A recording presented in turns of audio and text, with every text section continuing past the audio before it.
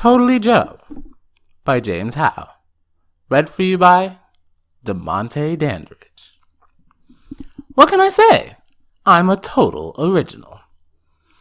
Meet Joe Bunch, lovable misfit and celebrity wannabe from Paintbrush Falls, New York.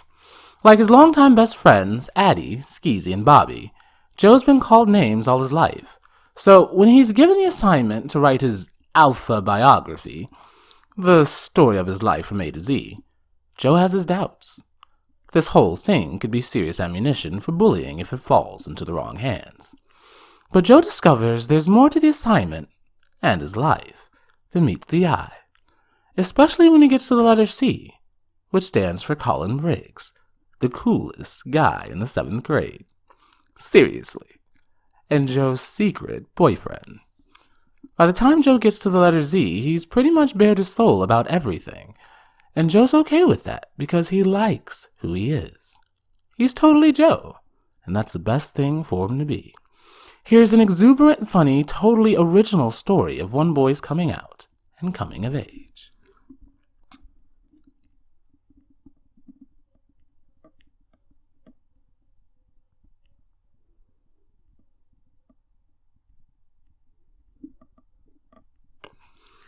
Confidential. To Mr. Daly. All other eyes, keep out.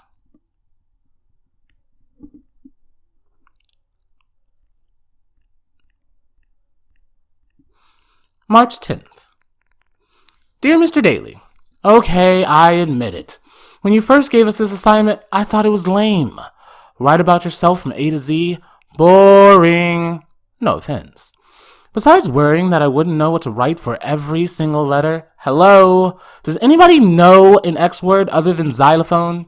And does anybody play the xylophone? And if they did, would anybody care? Well, I was also thinking, can I really tell the truth about myself?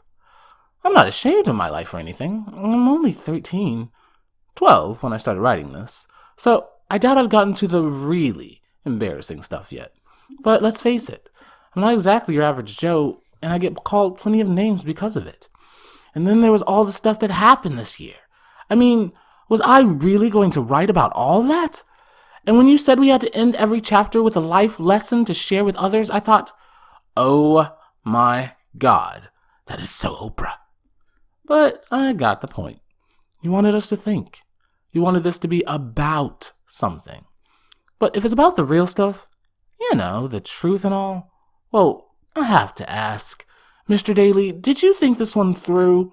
I mean, hello, we're in the 7th grade. Every single thing anybody knows about us is ammunition. And have you thought about the fact that we would end up talking about other people in our alpha biographies, as you call them? I mean, we could be sued for libel. I know about this stuff. I watch court TV. Well, anyway, here it is. I started it in October and finished it last week. You're the first person to read it other than me. I mean, I haven't even shown it to my best friends, who all shared what they wrote and were like, we're never speaking to you again, when I wouldn't let them read what I wrote. Especially Addie, who doesn't know the meaning of, it's none of your business. Well, actually, Bobby was okay with my not sharing. He respects privacy. But the others were like, Joe, it's not like we don't know everything about you anyway. But the thing is, I wrote stuff in here that I've never written down before. Some of it I didn't even know until I wrote it down. It's kind of personal, and some of it is seriously private. I had to decide if I should take some stuff out before handing it in, but I liked writing it, and it's all the truth. And that's what you said we should go for, right? But the thing is, Mr. Daly, if you wouldn't mind keeping what I've written to yourself, that would be okay with me. Really. Whatever you do, please don't ask me to read any of it in front of the class, even if you think it's the best alpha biography you've ever read. I mean, I wouldn't want to betray other people, and that thing with my mother's high heels is not something I need everybody to know about. Ammunition, remember? Yours truly, Joe, formerly Joden, Bunch.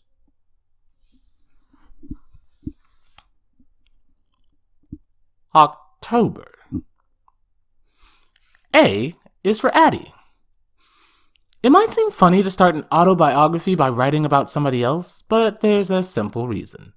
Addie is one of my first memories. I was 4 years old when I moved to Paintbrush Falls, right next door to this tall, skinny girl named Addie Carlet. I found out later her real name was Addison. I made that number 6 on the weird things about our neighbors list I had going on in my head. I remember the list. 1. These people don't eat meat, not even hot dogs. They eat something called tofu pups instead. Gross. 2. The mother doesn't shave her armpits. Gross. 3. The father likes to be called by his first name, Graham. 4. The girl, Addie, is my age and knows how to read. Or says she does. 5. Addie thinks my favorite movie star has a stupid name and that there must be something wrong with her. 6. Addie's real name is Addison, which is a lot stupider than Cher, and I think there must be something wrong with her. In case you're wondering, I had never seen Cher in a movie. I was only 4, but I had seen her on an infomercial once, and I don't know, it's like we instantly bonded. This is something that Addie, to this day, does not get. I love Addie, as a friend, but she can be so dense, honestly. So here's what I remember. This tall, skinny girl picking her nose while eating a peanut butter sandwich. It's not pretty, but I can't help what my first memories are, can I? And think about it. Wouldn't that make an impression on you? She was sitting on her front porch steps. I walked over and stared at her picking her nose and eating her sandwich. Finally, she said, "I thought you were supposed to be a boy. Why are you wearing a dress?" I told her that was for me to know and her to find out. She said, "Oh, I will." Then she offered me a bite of her sandwich, but because of the booger factor, I politely said no. I think we went up to her room after that and played with her Legos. Oh, I just remembered something else weird. It might have been number 4.5 on my list. Addie did not have any Barbies. I mean, what kind of girl doesn't have any Barbies? I was only 4 and not even a girl, and I had 7 Barbies at least. The no Barbies thing made me feel sorry for Addie for a while, but then I started to think that even without Barbies, she was the luckiest person in the world. Why? Because she's an only child. I couldn't believe it when I found out. I was like, "You're so lucky." And she was like, "Nuh-uh, you're luckier. You have a big brother." Please. She had no idea what it was like having a brother who was totally different from you. I mean, Jeff is nice and all, but he's this total guy who's all yo and dude and grabbing at his crotch and belching. I don't mean to be crude, but honestly, that's how it is. Of course, when we were younger, Jeff wasn't like that so much. But still, he was always into sports big time, while me, all I have to do is see a ball, and I get a nosebleed. It's funny. Even though we're so different, and whatever the opposite of guy is, that's what I am, Jeff has never made fun of me. Even when I was going through my easy bake oven stage, which lasted from my 6th birthday until the unfortunate incident with the lasagna when I was 7. He'd come home all sweaty from playing football or something and find me in an apron making cookies, and he wouldn't say anything nasty like, "Nice apron, Martha Stewart." The worst he'd do was grab a cookie and belch. Even when he was with his friends, he pretty much left me alone. Except for grabbing cookies. The point is, once we moved to Paintbrush Falls, Jeff and I never played together, which was okay with me, because I had Addie next door to play with, and right off the bat, Addie introduced me to her best friend, Bobby Goodspeed. Addie is really smart, as everybody at Paintbrush Falls Middle School knows. I mean, it's hard not to know when she's in your face about it 24/7. But her being smart can be a good thing. Like when we first met, after she asked me about the dress, and after I asked her to come over to my house to play Barbie, she said, "You have Barbies?" She pretty much had me figured out and stopped asking questions. I think it helped that she loved playing Barbies. Her parents were so anti-Barbie, they probably would have sent her off to boarding school if they'd ever found out what was going on next door. Needless to say, she never told them. I seem to recall that Addie liked Teacher Barbie best, which, if you know Addie, will totally not be a surprise. Still, over the years, Addie's smarts have gotten her into all kinds of trouble. Like what's going on right now, with her refusing to say the Pledge of Allegiance because she says we don't have liberty and justice for all in this country, and she doesn't like making empty pledges. I'm not sure how I feel about what she's doing. I mean, I respect her for standing up for what she believes in, and I kind of agree with her about it. And it's totally cool that she and Bobby have gotten everybody in school talking about name-calling. But I don't know. I've got to be honest. Sometimes I wish she'd just shut up and sit down. She would so kill me if she knew I felt that way. So why do I feel that way? I guess it's because when you're a boy like me, you kind of get noticed all the time. You don't need to have a friend who is always opening her big mouth and bringing even more attention your way. At the same time, Addie has always stood up for me. She's never been afraid to tell Kevin Hennessy off when he's called me names or tripped me or yanked my hair. I never thought about it before, but it was probably because of Addie that I learned how to tell Kevin Hennessy off myself. Not that I always do, but at least I know the words I would say if I had the nerve to say them. Life lesson. Standing up for other people can help them learn to stand up for themselves. Side note. Mr. Daly, I was going to say don't pick your nose and eat a peanut butter sandwich at the same time, but I have a feeling this is more what you had in mind. Am I right? B is for boy. Today in gym, Kevin Hennessy called me a girl. I reminded him that we're trying to stop name-calling in our school, and he said, I'm not calling you a name, faggot. I'm calling you a girl, which you are. I didn't even bother to point out that faggot is a name. What is the point? Kevin Hennessy has an IQ smaller than his neck size. Actually, he has a head smaller than his neck size. I'm so not kidding. Well, I'm used to being called a girl, but excuse me, is that supposed to be an insult? What's wrong with girls? Some of my best friends are girls. But I know what Kevin H and all the other, no name calling, so you'll have to use your imagination here. Blanks mean when they say it. They mean I'm not a boy. Okay, fine, I'm not a boy like them, but I'm still a boy. The thing is, boys, by which I mean guys like my brother, Jeff, have always been a total mystery to me. I mean, how do they know how to do all that stuff? Like throw and catch and grease car engines. Besides the fact that I don't have a clue how to do any of those things, on a scale of 1 to 10, I have below 0 interest. Way below. Try negative 1,000. But when you're a boy, people just expect you to 1. Make fart noises under your armpit and think it's hilarious. 2. Make real farts and go, good one. 3. Spit. 4. Relate to other boys by punching and shoving and calling them jerk and butthead and other names I'd better not put down if I want a good grade. Guy fact. Calling somebody butthead or worse is considered even more brilliantly hilarious than making armpit noises. 5. Relate to girls by teasing or ignoring them, except when you're with other boys. And then you brag about all the things you've done with girls, even if you've never really done any of them and would probably pass out if you actually had the chance to kiss a girl. 6. Wave your hand around in class all the time until the teacher finally calls on you and then say, I forgot. 7. Laugh at the other boys who wave their hands around in class all the time until the teacher finally calls on them and they say, I forgot. 8. Be an expert on A. Video games, B. Cars, C. Sports, D. Fixing things, E. Acting tough. 9. Act tough. 10. Use the word faggot at least 20 times a day. If they didn't spend so much time trying to make my life miserable, at least 15 out of every 20 faggots are guaranteed to be directed at boys like me. I'd actually feel sorry for guys. I mean, they must get so tired of having to spit and fart and act tough all the time. Okay, here's the part that's hard for me to admit. As much as I don't understand guys and sometimes actually feel sorry for them, I went through a period in my life where I wanted to be one. I kept thinking there was something wrong with me for not knowing how to, be a boy. It's just so natural for Jeff to want to play football and know how to do it and enjoy watching it on TV.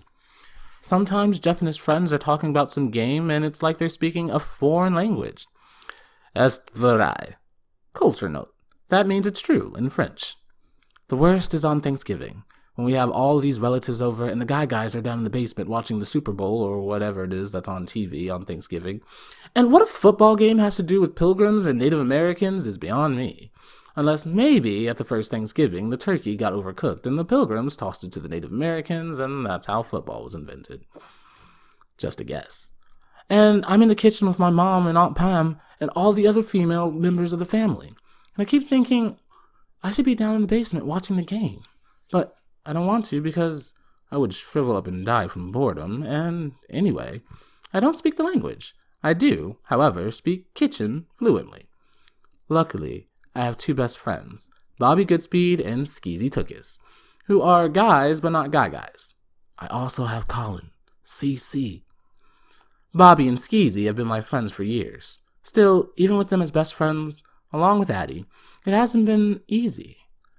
I don't know why, but all of a sudden in the 5th grade, I wanted to be a guy so badly that I actually asked Skeezy to teach me how. Oh my God, it was pathetic. Skeezy, stop crossing your legs at the knee. Me, what does that have to do with being a guy? Skeezy, it has to do with guys do not cross their legs at the knee. Your Aunt Priscilla crosses her legs at the knee. Me, I don't have an Aunt Priscilla, although I wish I did. I love the name. Skeezy, you're an Aunt Priscilla, okay? Now listen up and do what I'm telling you. If you gotta cross your legs, you keep one leg at a right angle to the floor and put your other ankle on the knee of that leg. Like this. Me, oh my God, you look just like that gangster in that movie. You know, the one with Al Pacino and all the blood? We saw it at Bobby's that time. Skeezy, do it, lame brain. Me, ow! It hurts. Skeezy, stop waving your hands around. Me, I'm not waving. Skeezy, yes you are. Guys don't wave their hands around, they keep their hands quiet. Me, well, that's boring. Skeezy, what are you doing? Me, what? Skeezy, your hands? You're folding them in your lap? Me, I'm keeping them quiet. Skeezy, your Aunt Priscilla sits with her hands folded in her lap. Me, not with her legs crossed like this, she doesn't. Where are you going? Skeezy, I give up. Just be who you are, okay? Me, but you haven't taught me how to talk sports yet. So what do you think about those Yankees, huh? Skeezy? Huh? How about them Yankees? Skeezy never did teach me how to talk sports, and I never stopped crossing my legs at the knee. When you come right down to it, I'm a lot more comfortable sitting like my Aunt Priscilla than like a gangster in some movie I can't even remember the name of. I wish I did have an Aunt Priscilla. Life lesson. Just be who you are, okay? C is for Colin. Okay, this is really funny. One of the first things Colin told me this year, actually, he wrote it in this note he put in my locker, which at first I thought was from somebody else since it was unsigned. And why in the universe would Colin Riggs be putting a note in my locker? Was, I wish I could be like you. That's funny, right? Correction. That's hilarious. Me! He wanted to be like me. Nobody wants to be like Joe Bunch. And who wouldn't want to be like Colin Riggs? He is 1, totally cool. 2, smart. 3, a jock. 4, really nice. 5, to everybody. Even if they're not totally cool, smart, a jock, really nice, or popular. 6, popular. 7, cute. 8, seriously cute. 9, especially when he smiles. In other words, we had like 0 in common. But then I found out last Thursday that we did have something in common. And now, drum roll please, Colin Riggs is my boyfriend! I can't believe I just wrote that. I probably should have written, Colin Riggs is my boyfriend. But I want to shout it. I mean, I've had this major crush on Colin Riggs since 5th grade. 5th grade was a big year for me, figuring out who I was wise. And now he's my boyfriend. And all because I'm not afraid to be myself. And he likes that. Still, I'm a little worried about what Kevin Hennessy might do if he saw this declaration of boyfriendship in writing. Picture it. I'm walking down the hall and Kevin grabs my notebook and tears it open and yells so the whole school can hear, because he really doesn't know the meaning of indoor voice. Hey, get this! Colin and Josephine are boyfriends! Ooh, we always knew you were a faggot bunch, but did you have to turn Briggs into one too? Yous two are disgusting. Okay, so you probably wouldn't say yous two. I mean, we live in Paintbrush Falls, New York, in the 21st century, not Brooklyn in the 1940s. I have been watching way too many old movies with Bobby. But that doesn't mean he wouldn't do something really, well, I don't know what he'd do, but it would probably involve pain. I was almost sure he'd figured it out on Friday when Colin and I were at the school dance together. Of course, no one knew we were together. We were with our friends the whole time, but it was unusual for our groups to be mixing.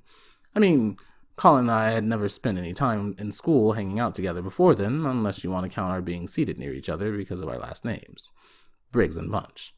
Kevin and that, fill in the blank, Jimmy Lemon noticed us right away and kept coming over and making little kissy noises. Finally, Kevin said, "You girls gonna dance together?" I came back with, "Why don't you and Jimmy show us how?" Jimmy Lemon laughed at that. I think mainly because he wasn't smart enough to have figured out what I was saying. But Kevin didn't like it at all. He turned to Colin and said, "You better watch out, Briggs. You hang out with queers, you end up with..." Skeezy cut him off and said, "A fabulous eye for color." "Hardy har, greaseball," Kevin retorted. Side note, Mr. D, do I get extra points for words like retorted? It seems like Kevin must have slept through the assembly the day before when Bobby gave this big student council campaign speech against name-calling, which everybody in the whole school thought was awesome, except obviously Kevin. What I was going to say was, if you hang out with queers, people might think you're a queer. Colin turned white. I mean, whiter than usual, since he has this really fair complexion. I thought, well, it's been nice having a boyfriend for, let's see, 32 hours and 47 minutes, figuring, that he wasn't going to be able to take the heat, and probably the minute Kevin walked away, he'd tell me it was nice knowing me and see you around. But then, before Skeezy or any of the rest of us could think what to say, Colin blurted out, "You and Jimmy have been trying to hang out with us since we got here, Kevin. I wonder what people are saying about you." That was so funny, I almost hugged Colin, except, of course, I wouldn't have with Kevin and Jimmy standing there. Besides which, Colin and I hadn't hugged each other, ever, and it was so not going to happen for the first time at a school dance. It did make Kevin Hennessy leave us alone for the rest of the evening, though. And when I asked Colin later if he was worried about what Kevin thought, he just said, no, in that quiet way of his. And I felt sure I'd have a boyfriend for a lot longer than 32 hours and whatever minutes. Did you ever have a dream you thought could never come true? I mean, it just seemed totally impossible. Like walking into the candy kitchen to get an ice cream soda and, oh my God, isn't that Julia Roberts sitting at the counter? And she's waving you over. And you spend the whole rest of the day hanging out with her, laughing, and, well, Colin being my boyfriend seemed even more impossible than that. My crush on Colin Briggs started the first time I saw him 2 years ago.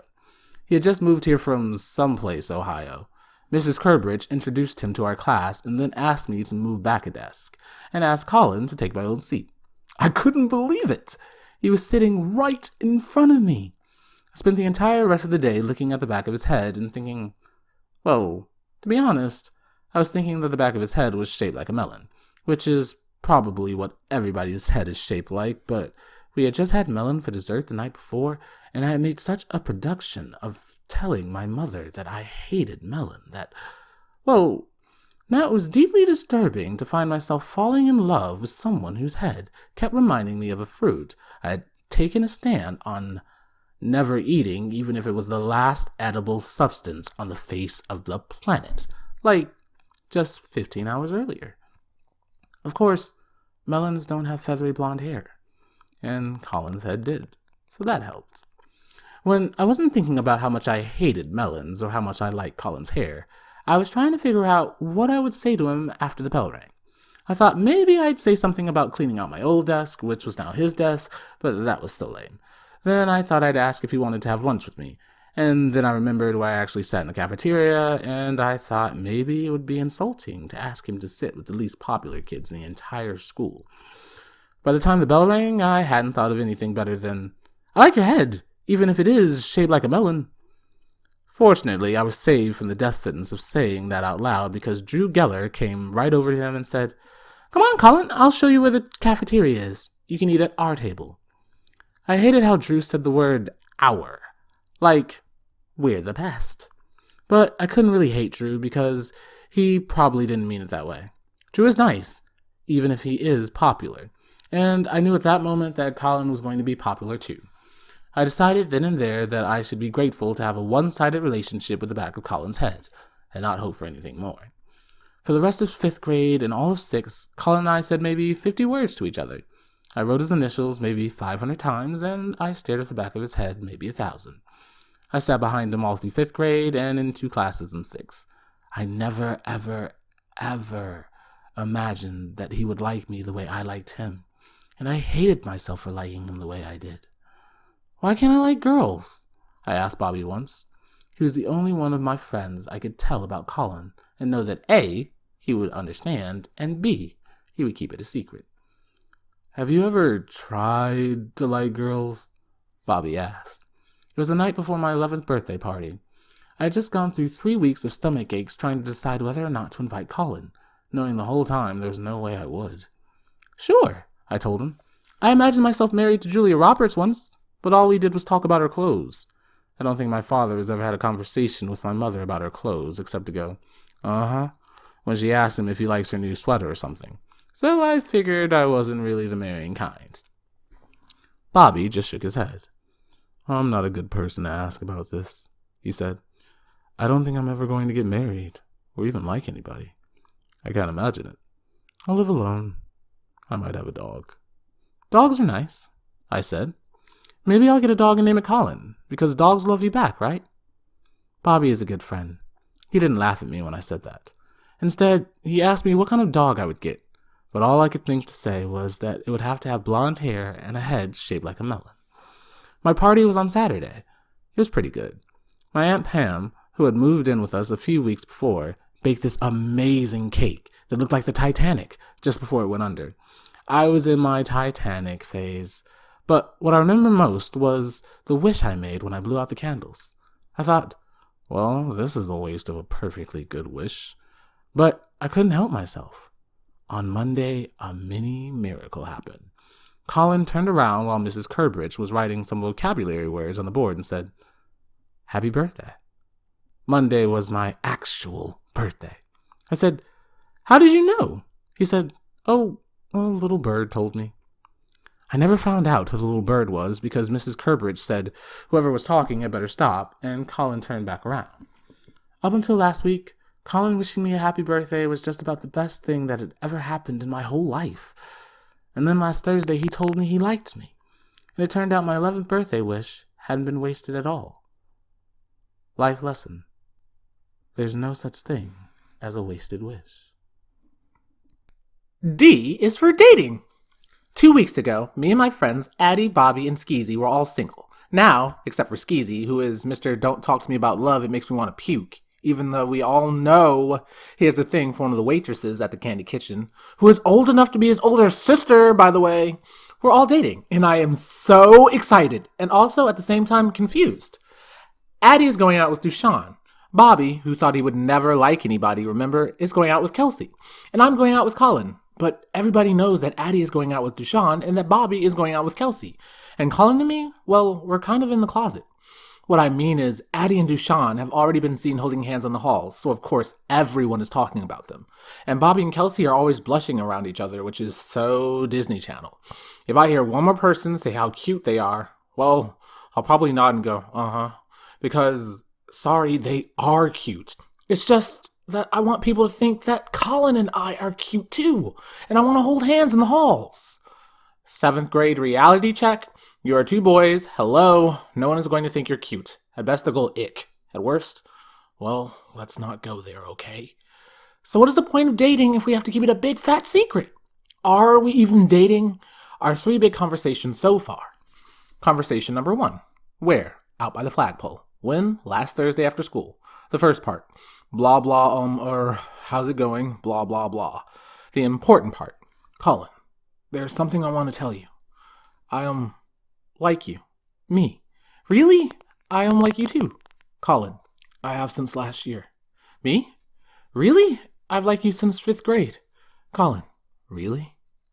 A long pause. Colin, do you want to, go out? Me. Go out? Colin, I mean, we don't have to if... Me. No, I mean, yes, I want to. Colin, okay. Me. Okay, so I guess we're going out then. Colin, right. Me. Okay. Colin, sweet. Me. Excellent. Conversation number 2. Where? On the phone. When? Thursday evening, 3 hours and 20 minutes after conversation number 1. Colin. Hi, it's Colin. Me. Oh, hi. So what are you doing? Colin. Calling you. What are you doing? Me. Being called. Colin laughing. You're funny. Me. No, I'm funny when I'm not nervous. Right now I'm nervous. When I'm nervous, all I am is nervous and fairly stupid. And I talk too much. Colin. Well, I'm nervous too. Me? Really? Colin. Sure, I never called a boy before. I mean, well, you know what I mean. Me. Uh-huh, I know. Did you ever call a girl before? Colin. Once. My mom made me. Me. She made you? That is so mommy dearest. Colin. Huh? Me. Mommy Dearest. It's an old movie about this real witch of a mother. I saw it over at Bobby's. He's into old movies. Oh, not that your mother is a witch. I mean, I'm not saying that. I mean, I don't even know your mother. Did you ever hear of Joan Crawford? Colin. No.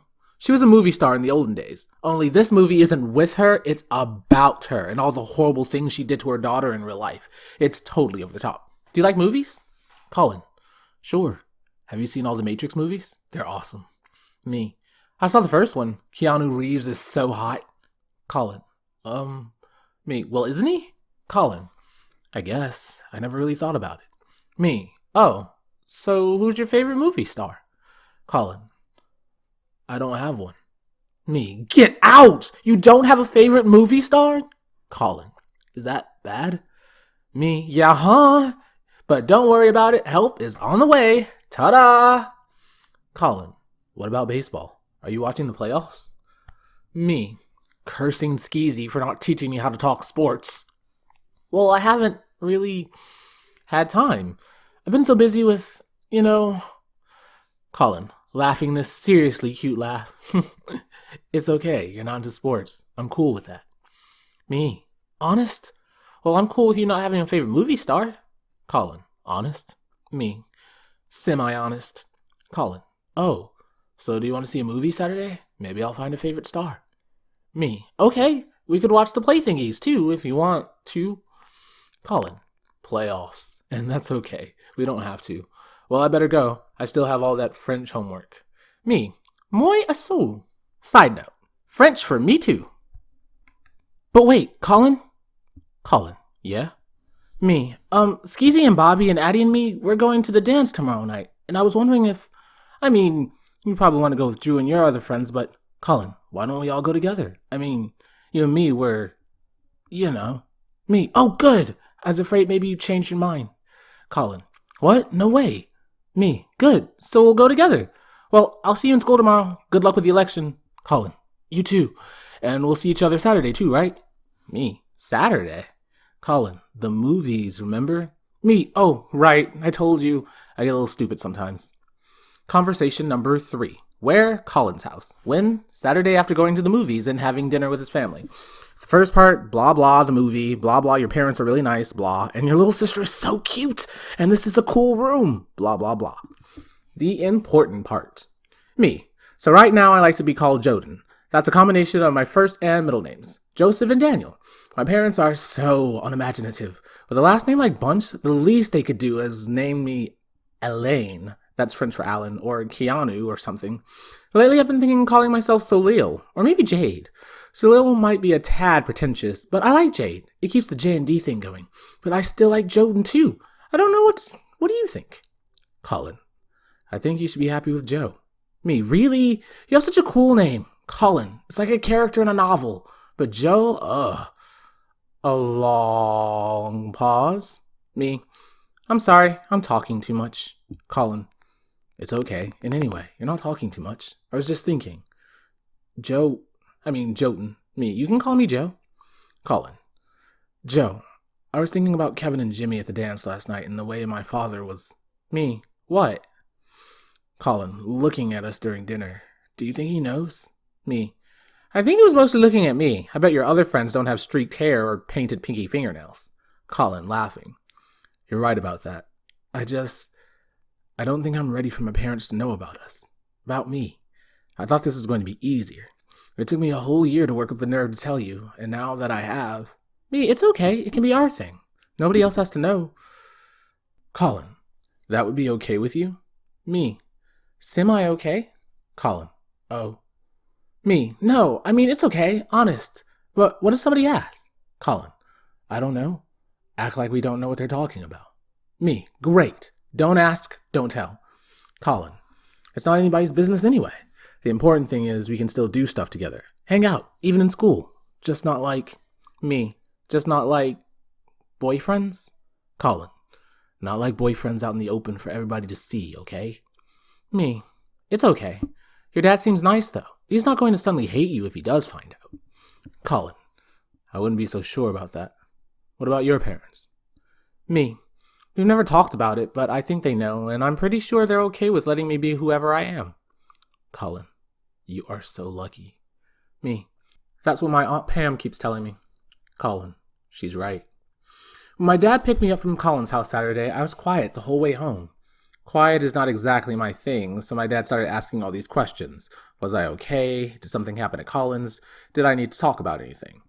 I just kept shaking my head, but inside I was like screaming, yes, I want to talk about everything. I want to tell you and the whole world that Colin is my boyfriend. And I want you and the whole world to say, that's great. Or maybe I want you and the whole world to not even care because it's no big deal. Because it should be no big deal.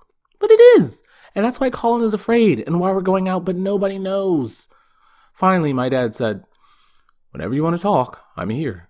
I almost blurted out everything then, but this big lump came into my throat and I knew if I tried to speak, all I'd do is end up crying.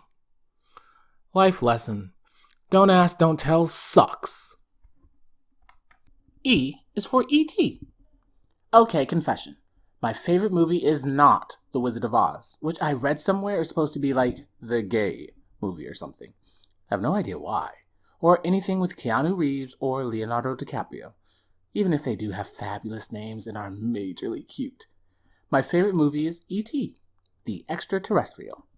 Unlike Keanu Reeves or Leonardo DiCaprio, E.T. does not have a fabulous name and is majorly ugly. But ever since the first time I saw him, I was 6, I couldn't get him out of my mind. I began thinking I was from some other planet and wishing I could just go home, just like E.T. Side note. Mr. D, don't worry, I didn't really believe I was from some other planet. I would even look up at the sky at night and try to pick out which planet was mine. I had a name for it. Wisteria. I think that's really the name of a flower or a perfume or something, but I like the sound of it. I never told anybody, not Bobby or my Aunt Pam or anybody. Wisteria was just for me. I never pictured Wisteria very clearly in my mind. I didn't know what the houses looked like or the trees or people or anything. When I imagined myself living there, it wasn't what I saw that mattered. It was what I felt. I felt at home. Is that totally weird or what? Because I love my family and they love me. And I have really good friends who would probably cry even harder than Elliot if I ever really went off to some other planet. But sometimes I get this feeling like I'm far from home. Like I could be sitting with my family watching TV or hanging out with my friends at the candy kitchen and this feeling will come over me like, what am I doing here? I don't belong. Oh, and remember those scientists who practically kill E.T.? Well, there aren't any scientists after me, but there is Kevin Hennessy. Sometimes I think Kevin would kill me if he could get away with it. Honestly. I don't know why he hates me so much. Yesterday, he shoved me up against my locker and called me a totally disgusting name, which I so cannot write down here. I mean it. I was going to tell him, takes one to know one, but sanity kicked in and I kept my mouth shut. The way his face was all red and twisted, I swear he might have started punching me out any minute. On Wisteria, there are no Kevin Hennessy's. I was so glad it was Friday. That meant 2 days without Kevin and at least one with Colin. Colin and I have spent time together every weekend for the past 3 weeks. I've even gone to his cross-country meets. Side note. Look who's talking sports! Okay, I admit I called them games until he told me what they were really called, but still. And he comes over to my house to watch movies. We haven't talked anymore about being boyfriends. We just kind of know it's there. Anyway, we didn't have any plans to hang out last night, but I was feeling so bad because of the whole Kevin thing that I called Colin and asked if he wanted to come over after dinner. He did, and the best thing happened. You're never going to believe it. Not in a million years. There he was, standing in the doorway with his DVD in his hand. He said, I still don't have a favorite movie star, but I do have a favorite movie. He showed me and I said, oh my God, it's E.T. He said, oh my God, yes it is. That's Colin trying to sound like me, which was so funny. I guess you had to be there. Well, anyway, we went down to the basement and watched the movie. Just the two of us. Jeff was up in his bedroom, glued to his computer. Dad started watching with us, but Mom and Aunt Pam got him to go upstairs, so it was just me and Colin, watching our favorite movie, saying our favorite lines together, cracking up when Drew Barrymore starts screaming her head off the first time she sees E.T., and at the end when they're saying goodbye and E.T. touches Ellie's head with his finger. Colin reached over and touched my head and said right along with E.T. in like this perfect E.T. voice, I'll be right here. I told him, that was awesome. Meaning the voice, but all I could think about was his finger touching my head. I totally thought I'd died and gone to heaven. No, it was better than that. I thought I'd gone to Wisteria. Life lesson. You don't have to travel to some other planet to find your way home. F is for family. My friends all think my family is so cool, especially my parents and Aunt Pam. It's not that they don't think Jeff is cool, he's just not on their radar screens. Okay, it's true Addie had a crush on him once when she was younger, but then she decided that having the hots for your friend's older brother, who also happens to be a jock and not exactly what you'd call politically enlightened, was too much for her feminist soul. So she went from giggling whenever he was around to making these, noises to pretty much ignoring him. So anyway, this is who is in my family. I'll start with Jeff because I've already written about him and there's not much else to say. He is 1, 15, 2, growing what he calls a beard. Side note, it is physically impossible not to laugh when he says this. 3, obsessed with a girl he met at camp last summer whose name is something that ends in Joanna, Sienna, Rihanna, Banana, whatever. He mostly calls her Clark, which I believe is her last name. She calls him the J-Man. This is so not a healthy relationship. Guy fact. Guys love putting the in front of their names and adding man, ski, or stir after them, as in the J-Man, the Jeff Ski, the Jeff Stir. 4. An expert on all those guy things I talked about back in B, except acting tough. As I said before, despite everything, he's actually a fairly decent human being. 5. Possibly a computer genius, definitely a computer geek. 6. The owner of a stunningly boring wardrobe made up of 2 colors and the world's largest collection of identical pairs of athletic shoes. 7. The quietest member of our family. In some ways, he and my dad are alike. They both love sports, they're both into their computers, and they both have beards, except my dad's actually is a beard. Oh, and they both love these meat snacky things called Slim Jims. Do not ask. I am like this close to becoming a vegetarian. But in other ways, my dad is like me. We're both funny. Well, I think I'm funny, thank you very much. And we both like to talk, although we often talk about different things. My father has nothing to say about hair, clothes, or movie stars, and we both like to cook. My dad's name is David, but everybody calls him Dave. He is a social worker at this agency over in Saratoga that works with troubled teens. My dad loves kids, and it's pretty obvious to anybody with eyes that he loves Jeff and me. He's always outside with Jeff throwing a ball around or shooting baskets. When they're inside, he gets Jeff to help him with computer stuff. With me, he plays games and watches movies. He gets a little squirmy during chick flicks like Steel Magnolias. Side note. Number 3 on my current top 10 list after E.T. and Titanic. But he hangs in there. And as I said, we both like to cook, so sometimes it'll just be the two of us out in the kitchen making dinner for the family. The best thing about my dad is that he's not afraid of showing what he feels. He's big on hugs, even with my friends, which is one reason they like him so much. And oh my God, he cries at the drop of a hat. True story. Last Christmas, Bobby and I were watching A Christmas Carol, the old one in black and white, and my dad happens to walk through the room right at the moment when Tiny Tim says, "God bless us, everyone," and he starts sniffling. "Dad," I say, "are you crying?" And he's all choking back these tears, and he says, "Gets me every time." Maybe you don't think that's a cool thing in a dad, but I do. Colin says my dad is the best, and that I shouldn't worry about telling him I'm gay. He's right. I don't know why I do worry about it. Maybe it's because when I see Dad and Jeff outside shooting baskets, there's a way my dad laughs that makes me think he has a lot more fun with Jeff than with me. I listen very carefully for that laugh when we cook or play games together. When it comes, it's almost the same as his Jeff laugh, but not quite. Here's something else about my dad. He is much neater than my mom. He's always picking stuff up and folding clothes and grumbling about the mess. If we were a sitcom family, it would be my mom carrying on like that, talking about having to live with a house full of men. But my mom can be the biggest slob, honestly. I mean, she's super nice, but she just doesn't care about things like dirty dishes or papers piling up in the dining room table. Her motto is, life is short, and there will always be dirty dishes, so let's dance. Did I mention my mother is funny too? Her name is Penny. What's weird is that she has this copper-colored hair which she swears no one knew she would have when they named her. She's the only one in her family with penny-colored hair. My dad said that he fell in love with my mom because of her name and her hair, but I doubt he's that shallow. I pride myself on being the truly shallow member of the family. Remember, I fell in love with feathery blonde hair and a head shaped like a melon. My mom teaches 2nd grade in a school a couple towns away. I bet she's a really good teacher, even if she gets in trouble sometimes for having a messy room. I hope she doesn't tell her kids her motto. Half the time her kitchen table is piled up with her classroom projects, and she's always talked about her students like they're part of the family. I never really thought about this before, but both my parents have jobs where they work with kids, and they're both always talking about how terrific their kids are. Even my dad's troubled teens, who he says only need love and direction. And, well, the part I never thought about before is this. Why do I keep worrying that they won't love me as much once they know the truth about me? They love everybody. Aunt Pam says that a kid like me couldn't have better parents. Oh, I have to tell you about my Aunt Pam. She's my mom's younger sister. A lot younger. When I tell people that my aunt lives with us, they probably picture this old lady with her hair up in a bun who sits around all day chain smoking and knitting baby booties for the starving children of Armenia. Side note.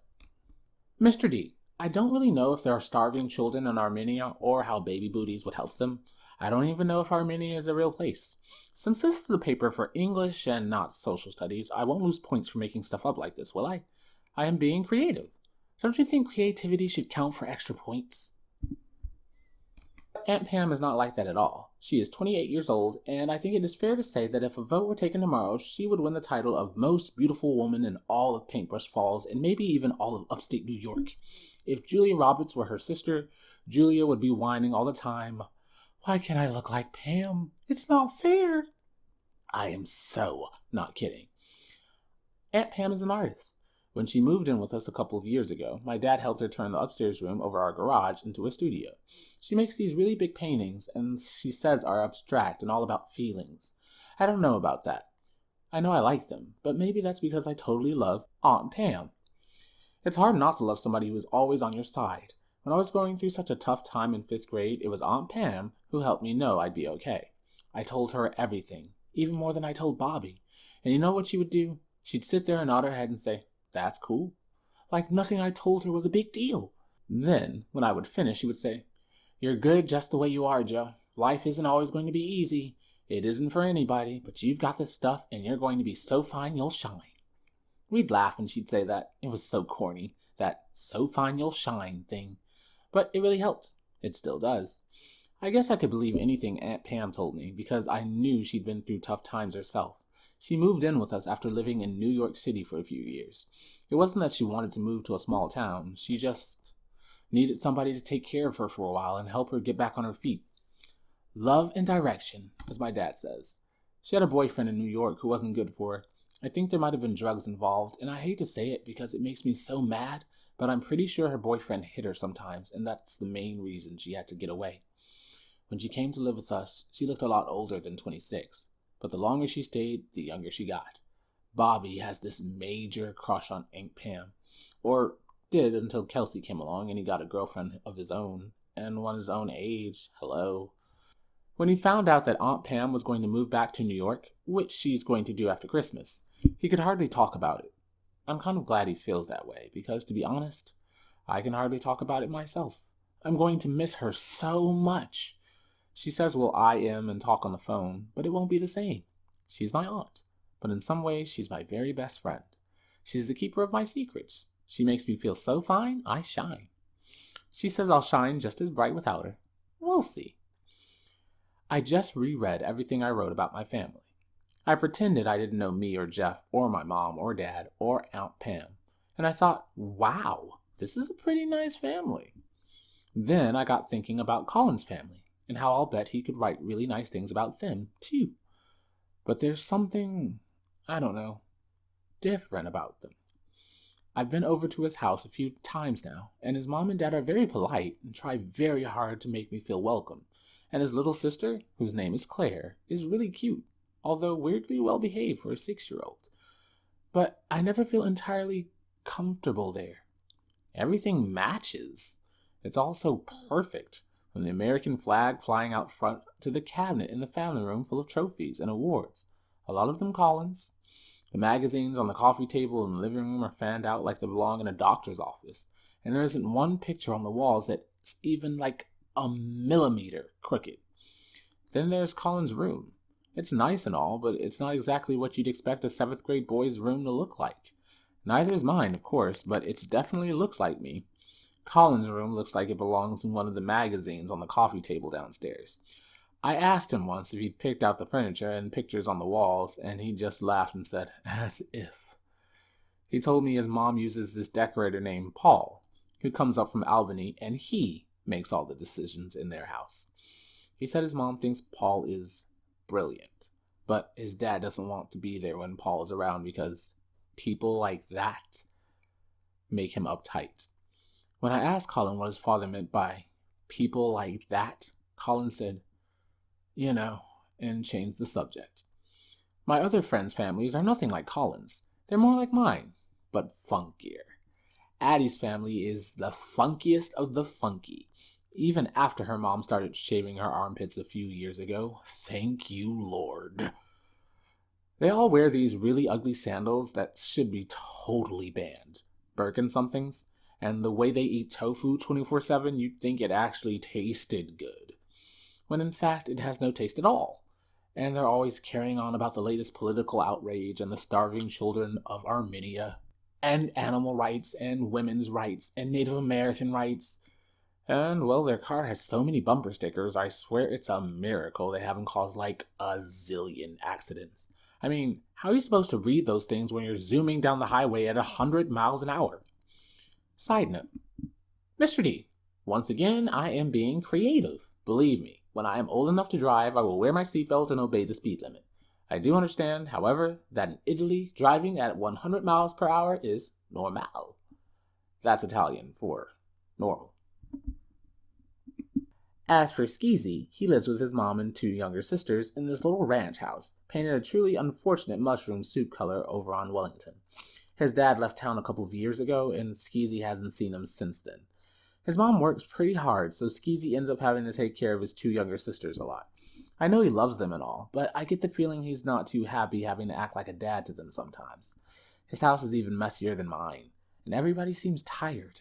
His sisters, Megan and Jessie, are kind of whiny, but I think it's because they wish their mom was around more. When she's not working, Allison, that's their mom, tries to be a good parent, I think, but she has this habit of falling asleep.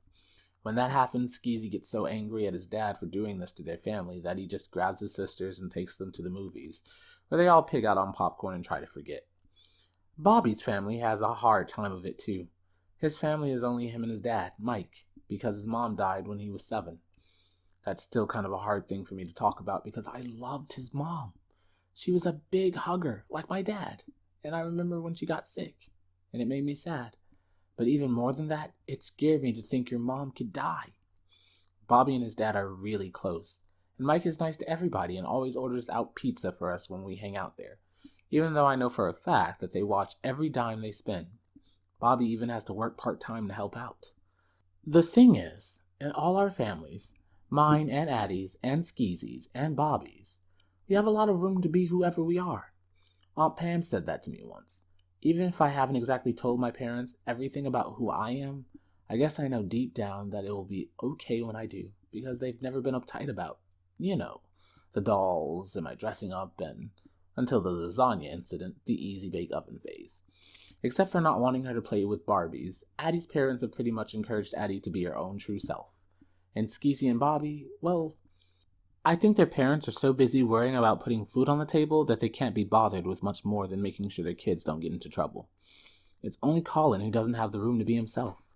He told me one time that his parents never get mad, they just get disappointed. I said, "You're lucky they don't get mad." He said, "I'd rather they did get mad." I think I said something brilliant back like, "Huh?" Because I didn't get it. But now I do. Totally. A life lesson for parents. Love your kids. Let them play with Barbies. Let them pick out the stuff in their bedroom. Hello. And don't tell them that people like that make you uptight. Because for all you know, your kid just might be people like that too. G is for the Gang of 5. The Gang of 5 is what Bobby, Skeezy, Addie, and I have called ourselves since the 2nd grade. Miss Haskell was out of school for a week with the flu or something, and we had this sub called Mrs. Elsie, who, trust me, was a total nightmare. Side note. Mr. Daly, I'm sorry if Mrs. Elsie is a personal friend of yours or your cousin or something. I'm just being honest. Besides, she hasn't subbed in our school since the 2nd grade, so I'll bet I'm not the only one who thought she was bad news. Anyway, Skeezy, trying to trick Mrs. Elsie into thinking he was a lot dumber than he is, which, no offense to Skeezy, isn't that hard to do, kept giving her the wrong answers to everything. For example, one day he insisted that 2 plus 2 equals 5. At lunch he said, "We should call ourselves the Gang of 5, because remember, 2 plus 2 equals 5. This is an example of Skeezy's humor at the time. He was so not funny. Even though this happened in April, we didn't think much about being the Gang of 5 until the next fall. Remember how I said that Bobby's mom got real sick and died? Well, that happened during the summer after 2nd grade.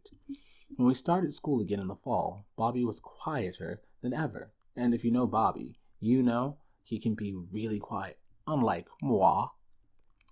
Even though he didn't come right out and say it, I think Skeezy and Addie and I understood that his being so quiet had to do with his being sad, and maybe a little scared.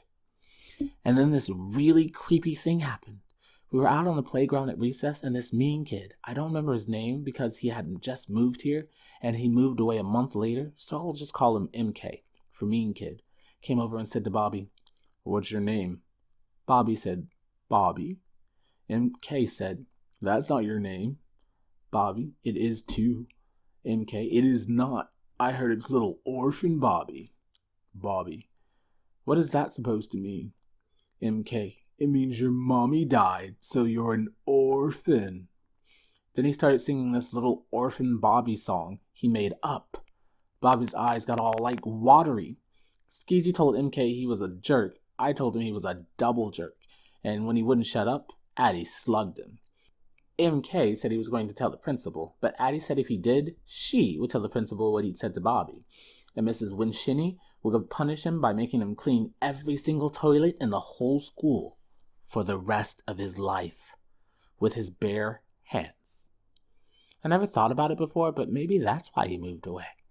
Anyway, afterwards, Bobby said thanks to everybody for sticking up for him. And Skeezy said, "No sweat. We're the Gang of 5, remember?" And that's when we remembered. We were the Gang of 5, and we've never forgotten.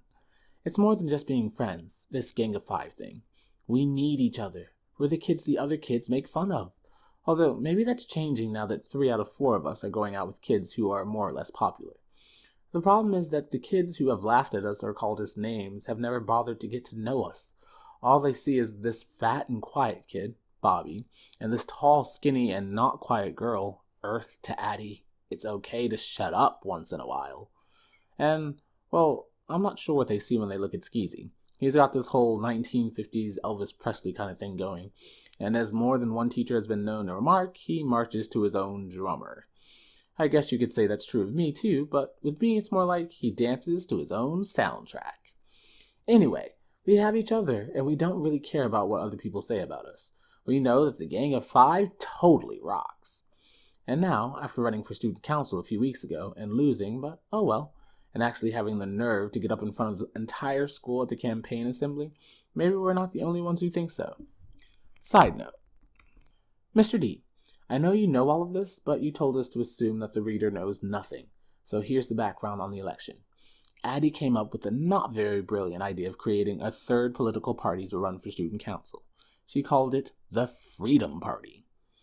Then Bobby made it brilliant by changing it to the No Name Party and saying, "If elected, we will work to end name-calling here at Paintbrush Falls Middle School." Well, the Democrats won. We came in a close second. And that was okay, really, because for once, the Republicans and Brittany, haha, I'm popular and you're not Hobson, didn't win the election.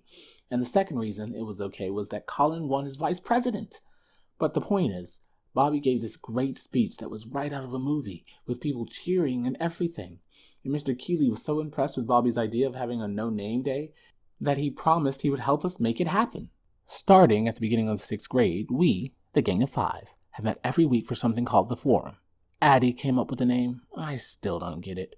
Which is where we meet at the Candy Kitchen and talk about important, news-breaking, world-shaking topics while eating ice cream or other junky food. Addie usually comes up with the important, news-breaking, world-shaking topics, which are so not, and she writes down everything we say. Personally, I don't think everything we say deserves to be written down, but it's easier just to let Addie have her own way about most stuff so she can think she's the genius of the century. These are the minutes from our last forum. Addie. Today's topic is what I do for love. Skeezy. Do we barf now or after we've eaten? Joe. That is so Cosmo Girl. Addie. Meaning? Joe. Meaning cool. Skeezy. Well, I don't think it's cool. Just because the 3 of you have gone and fallen all goo-goo in love doesn't mean I have to roll around in it. Bobby. Roll around in what? Skeezy. The goo-goo. The mess.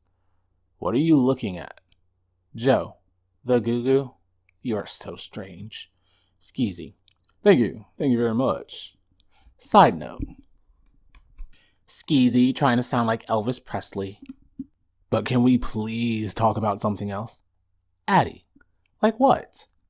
Skeezy. Like when is our food going to get here? Addie. All you think about is food. Skeezy. Why shouldn't I? You can eat food. You can't eat love. Joe. Ooh, Addie, did you write that down? You can't eat love. Brilliant. Can't you just picture it on a t-shirt? Skeezy. Shut up, doofus. Joe. Be nice, Skylar. Side note. Skeezy's real name. No name calling, remember? Addie. Thank you, Joe.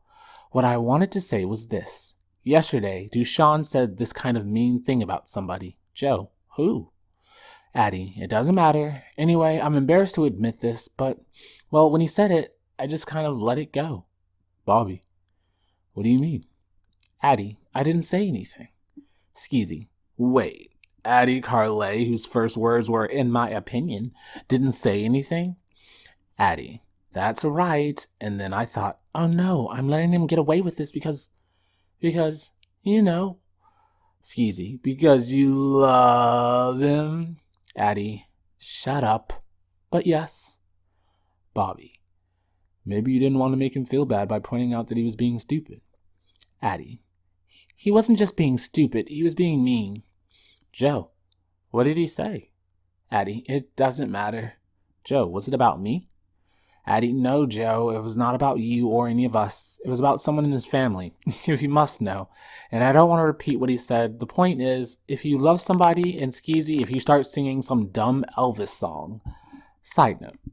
Ever since Steffi, the waitress at the Candy Kitchen, who Skeezy has a crush on, even though he won't admit it, started calling him Elvis, Skeezy has memorized all these old Elvis songs. He even imitates Elvis when he sings them. You might think this would be funny or even cool. Trust me, you'd be so wrong. I'll squeeze this entire ketchup bottle down your shirt, I swear. If you love somebody, do you go along with them even when you don't feel right about it? Joe, I know what you mean. Colin wants to keep our going out a secret, and I understand. I really do. But at the same time, Addie, that is so last century. Joe, right? But I don't want him to feel bad or break up with me, so I'm going along with it. Addie, what about you and Kelsey, Bobby? Bobby, oh, we don't have any problems. Of course, we don't talk much. Skeezy, big surprise there. Addie, I don't know. Sometimes I think it's easier to stand up to the whole school, or the whole world even, than it is to stand up to the one person, especially if that person really matters to you. Bobby, that makes sense to me. I have trouble telling my dad things sometimes. I don't want to let him down. Joe, it's the same with me and my dad. Addie, but you both have the best dads. Bobby, so do you. Skeezy, okay, another thing. Can we not talk about who has the best dad? Oh, hey, our food. Oh, man, I didn't ask for a BLT. I asked for a grilled cheese with bacon. At that point, Addie stopped taking notes. It almost always ends up like this. We talk until the food shows up. Then, no matter what Skeezy has ordered, there's something wrong with it. And he has to throw a hissy fit and be a big drama queen about it. We never get back to what we were talking about. But that's okay, because there's always the next time. And trust me, Addie never runs out of important, news-breaking, world-shaking topics to talk about. Life lesson. As somebody said in a song once, I don't think it was Elvis. You gotta have friends. H is for Halloween. Okay, so Halloween is my absolute numero uno favorite holiday. I mean, come on. We're talking about dressing up here. Ever since I can remember, I have loved dressing up. And I'm not just talking about in my mother's clothes. Although, been there, done that. There's this video of me when I was about 3, parading around the house in my mom's very high heels. I was also wearing one of her necklaces, my Oscar the Grouch underpants, a tutu, and a Superman cape. Anyway, every time we show this video, it's a real crowd pleaser. Up until the part where I fall down the stairs and my father keeps taping. Everybody goes like, Dave, how could you have done that? I don't know. Maybe he thought he'd win $1 million on America's Funniest Home Videos or something. But this was his child's life we're talking about. Fine. It was only like 2 steps and there was knee-deep carpeting everywhere, but still. Anyway, the point is that I love to dress up. And not only on Halloween. It's just that Halloween makes it legit. Even my brother dressed up in drag one Halloween a couple of years ago. Although he was all very, yuck, yuck, look at me, I'm a woman. Watch me jiggle my melons and shake my booty. So gross. Not to mention, guy behavior supremo. In fact, they weren't melons, they were soccer balls. He must have used up a whole roll of duct tape to keep them on. My mother told him there was no way he was leaving the house looking like a walking silicone nightmare. And he said if I could dress up in girls' clothes, why couldn't he? And Mom said that I wasn't insulting women when I did it. That's when he stormed out of the house shouting, "Double standard!" Which surprised me, because I didn't think he even knew what double standard meant. This may have been around the time Addie came to her senses in terms of my brother not being suitable crush material. It's funny.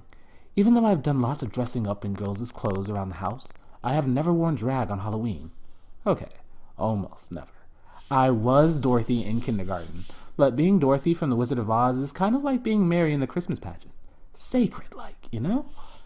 Anyway, I am so looking forward to Halloween this year.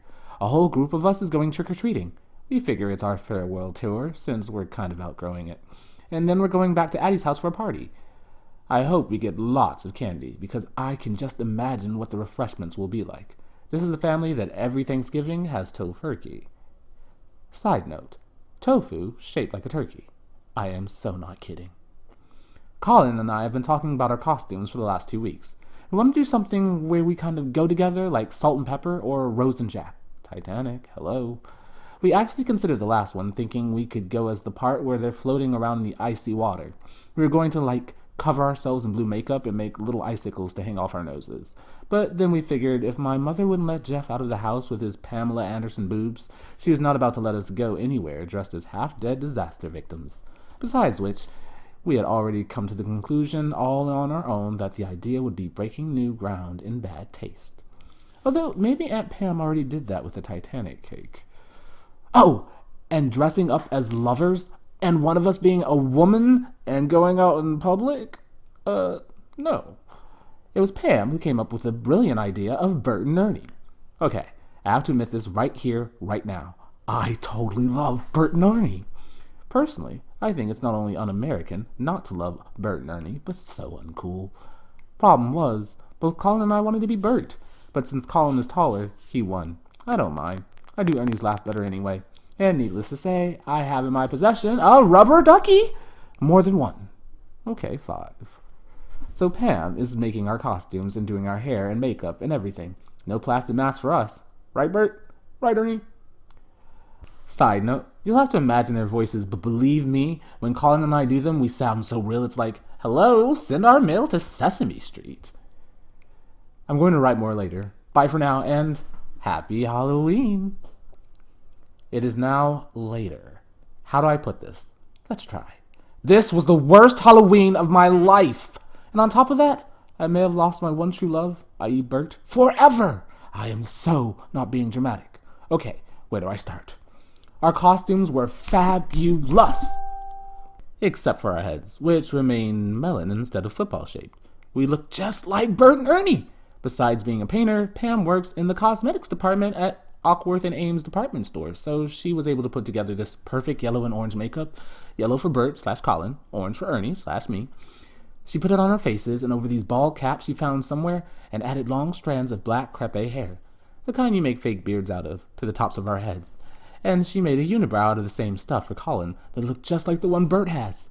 By the time we put on the big noses and the costumes she'd made, I don't know how she found material that looked just like their shirts, but she did.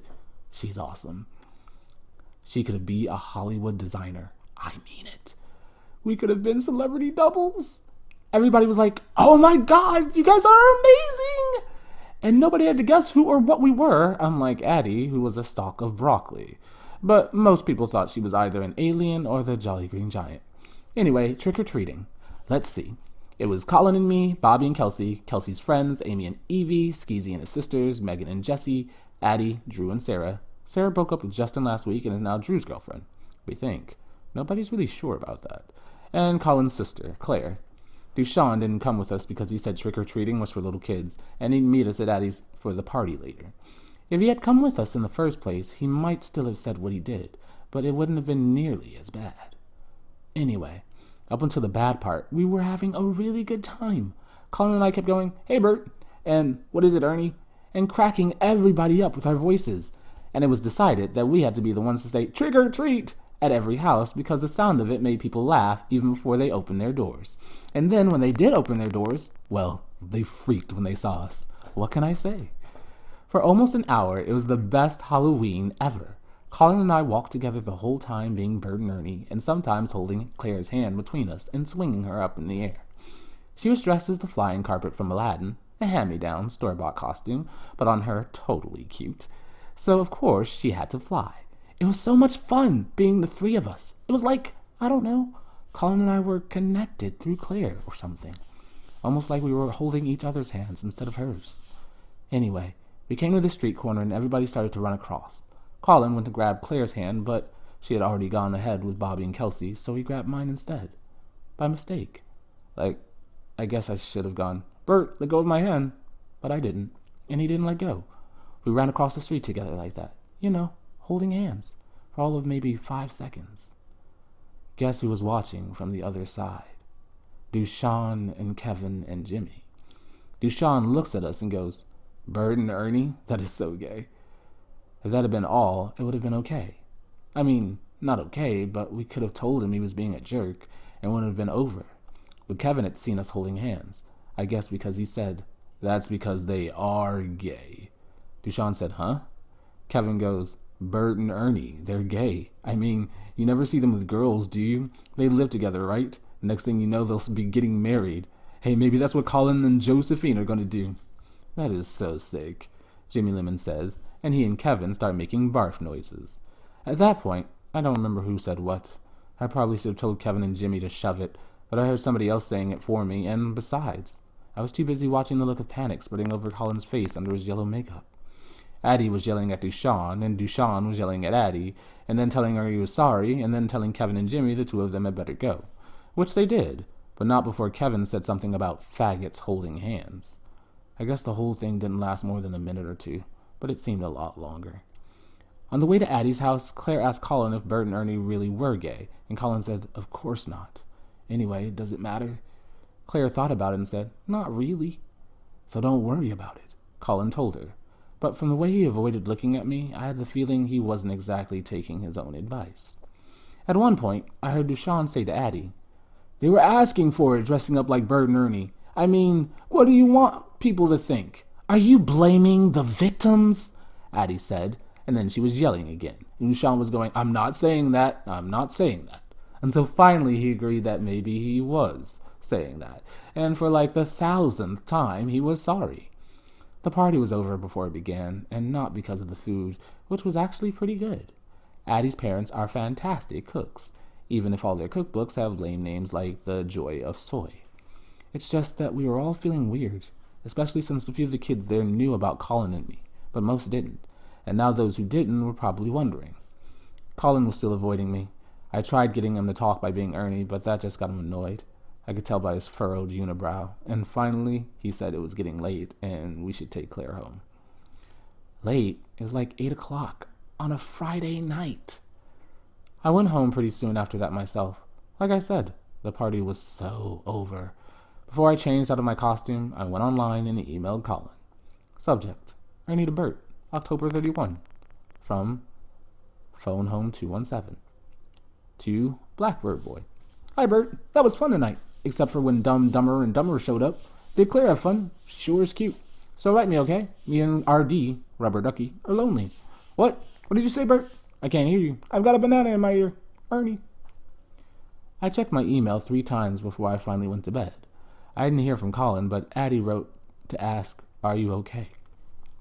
I sent back the shortest email I ever wrote in my whole life. No. I mean, what else was there to say? Life lesson. Trick-or-treating is for little kids. I is for instant message. Subject: Are you okay? Date: November 2nd. From Phone Home 217 to Blackbird Boy. Hi Colin. Are you mad at me? You haven't emailed me all weekend, and when I tried calling you, Claire said you'd call back, but you didn't. Maybe she didn't tell you I called. I'm sorry about Halloween, but it isn't my fault. Some people are jerks. Are you sorry you dressed up as B&E? I'm not. I thought we were way cool, and so did Blackbird Boy. Hi, Ernie. Phone Home 217. Hey, Bert. I was just writing you. I mean, Joe was just writing Colin. Are you okay?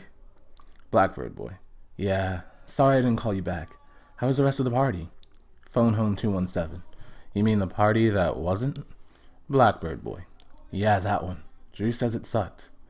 Phone Home 217. Drew is right. Blackbird Boy. Sarah broke up with Drew and went back to Justin. Drew was all mopey. Sarah told Justin about Halloween. Phone Home 217. What about it? Blackbird Boy. Going trick-or-treating, the party, everybody's costumes. Justin told her it sounded lame. Phone Home 217. How do you know what Justin said? Blackbird Boy. Justin told Drew and Drew told me. Phone Home 217. Oh. Justin and Drew are speaking to each other? Blackbird Boy. Yeah, they're good friends. Phone Home 217. Weird. Blackbird Boy. When I got home on Friday, you know what my dad said? He said, "What are you supposed to be?" I told him Bert. He said, "From Sesame Street?" That's kind of gay, isn't it? My own dad said it. Phone Home 217. Why would he say that? He's supposed to be a grown-up. Blackbird Boy. Meaning? Phone Home 217. Meaning grown-ups aren't supposed to call things gay. Blackbird Boy. I think my dad's got a hang-up about it. Phone Home 217. Why? Blackbird Boy. He always says these things. Like what he said about Paul the Decorator, remember? Phone Home 217. Yeah, so what did you say back? Blackbird Boy. Nothing. It made me feel sick. Really sick. Like I was going to throw up. Phone Home 217. Did you?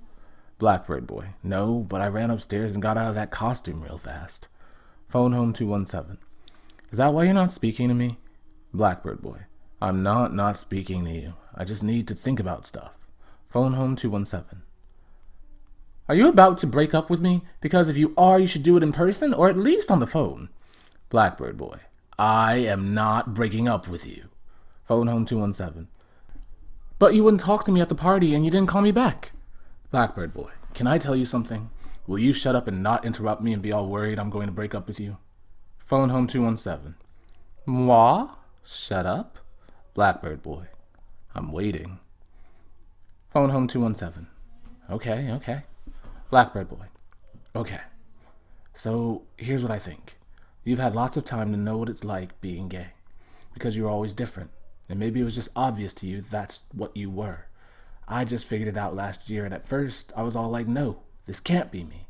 I can't be this way. But then I saw a couple of gay characters on TV, and I thought how they could be me. And then I read this book with these 3 teenage guys figuring out they were gay, and one of them was so much like me, I couldn't believe it. And then there were these signals. Like, I love playing sports, but part of it is that I like being with other guys so much. And then there were these other feelings. Phone home 217. I know what you mean. Blackbird boy. Yeah, well, it kind of scared me to have those feelings. But then I guessed that even though we were different in lots of ways, maybe you had the same kinds of feelings. And the more I watched you, the more I thought you were pretty cool. And I wished I could be like you. And don't interrupt me. The thing is that even if I can handle what it feels like to be gay inside, I don't know if I can handle what other people do with it. I think maybe it was a mistake to have dressed up like we did, and it was a bold mistake to hold hands like that. It was stupid. Phone home 217. Thanks a lot. And what do you mean a bold mistake? Blackbird boy. Sorry, a big mistake. And you know what I mean. And I don't mean I think we're stupid or you're stupid. I mean it was stupid to hold hands like that. Phone home 217. I wanna hold your hand. The Beatles. Blackbird boy. Take these broken wings and learn to fly. The Beatles. Phone home 217. What's that from? Blackbird boy. Blackbird. Phone home 217. So that's why you're Blackbird boy. Blackbird boy. Yeah, it's my fave Beatles song, and you're phone home because of E.T., but why 217? Phone home 217. Birthday, February 17th. Blackbird boy. I knew that. Phone home 217. You did? Blackbird boy. Sure. Last year, remember? Phone home 217. Yeah, you said a little bird told you. Who was... Blackbird boy. Blackbird singing in the dead of night. Phone home 217. Question mark, question mark, question mark, question mark? Blackbird boy. I'm the bird who told me. I saw it on a paper in the school office one time. Phone home 217. When you wished me happy birthday, I couldn't believe it. You were my birthday wish. Blackbird boy. Wow, really? Phone home 217. No, I'm lying. Yes, really. So when is your B-Day? Blackbird boy. August 2nd. Phone home 217. You're a Leo? Blackbird boy. Why, is that surprising? Phone home 217. You don't seem like a Leo. I should be a Leo and you should be me, Aquarius. Blackbird boy. Do you believe in that stuff? Phone home 217. Not really. Blackbird boy. What do you want for your birthday? Phone home 217. I want to hold your hand. The Beatles. Blackbird boy. I am only waiting for the moment to be free. The Beatles. Phone home 217. Huh? Blackbird boy. I'm not ready to hold hands in public and stuff. I'm sorry because I know you want to be more out of the closet and all that. Phone home 217. It's okay. Blackbird boy. Really? Phone home 217. Yeah, I'll just have to wait until your moment to be free. Hey, isn't it weird that we both know so much about the Beatles and E.T. and Bert and Ernie? Are we like retro or something? Blackbird boy. I guess. Phone home 217. So how about those Yankees, huh? Blackbird boy. What? Phone home 217. I ran out of things to say. Do you wish I liked sports? Blackbird boy. No. Do you wish I wanted to get my ear pierced like you do? Phone home 217. Do you want to? Next weekend, we could do it. Blackbird boy. Repeat. Do you wish I wanted to get my ear pierced? Which I do not. Phone home 217. I kinda do, but it's okay. Blackbird boy. My dad's yelling at me to get off the computer. I'll see you in school tomorrow, okay? Phone home 217. Okay. Blackbird boy. So, like, sweet dreams and stuff, okay? Phone home 217. You too. Blackbird boy. Hey, Ernie. Phone home 217. What is it, Bert? Ernie, you've got a banana in your ear. Phone home 217. I'm sorry, Bert. I can't hear you. I've got a banana in my ear. Blackbird boy.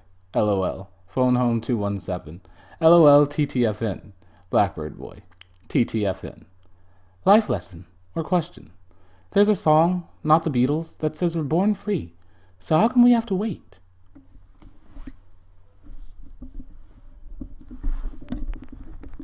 J is for Joe.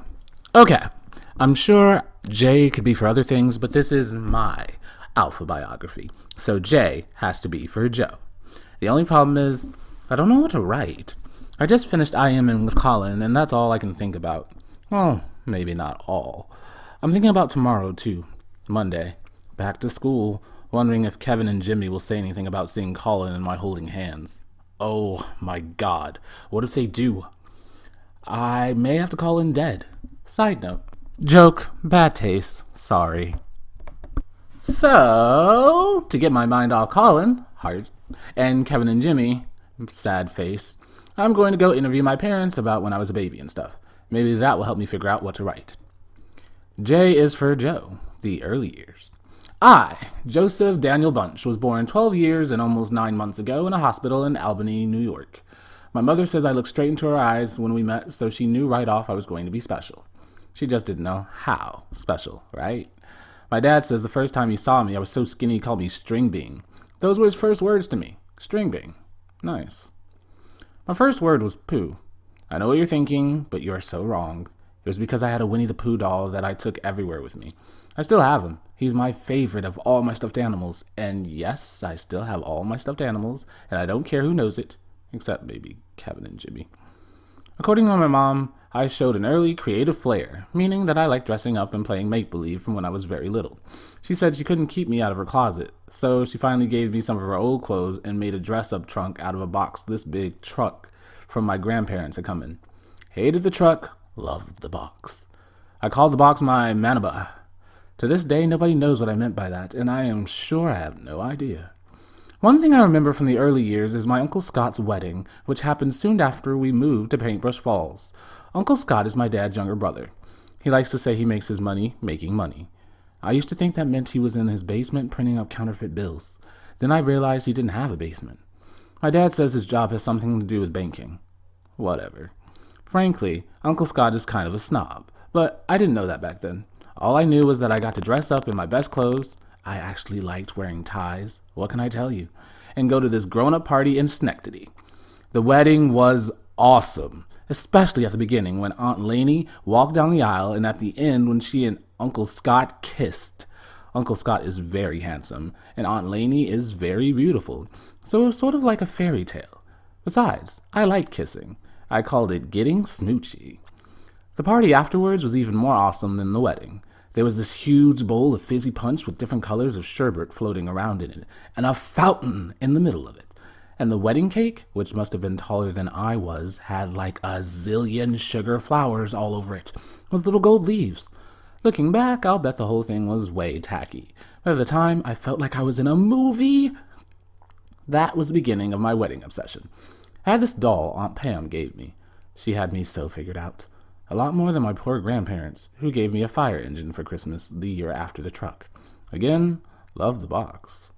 Anyway, I wanted a wedding dress for the doll, formerly known as Cinderella Beauty, and renamed Lainey, and Mom took me to the mall, but we couldn't find one. So she got this woman she knew to make one that would look just like Aunt Lainey's dress.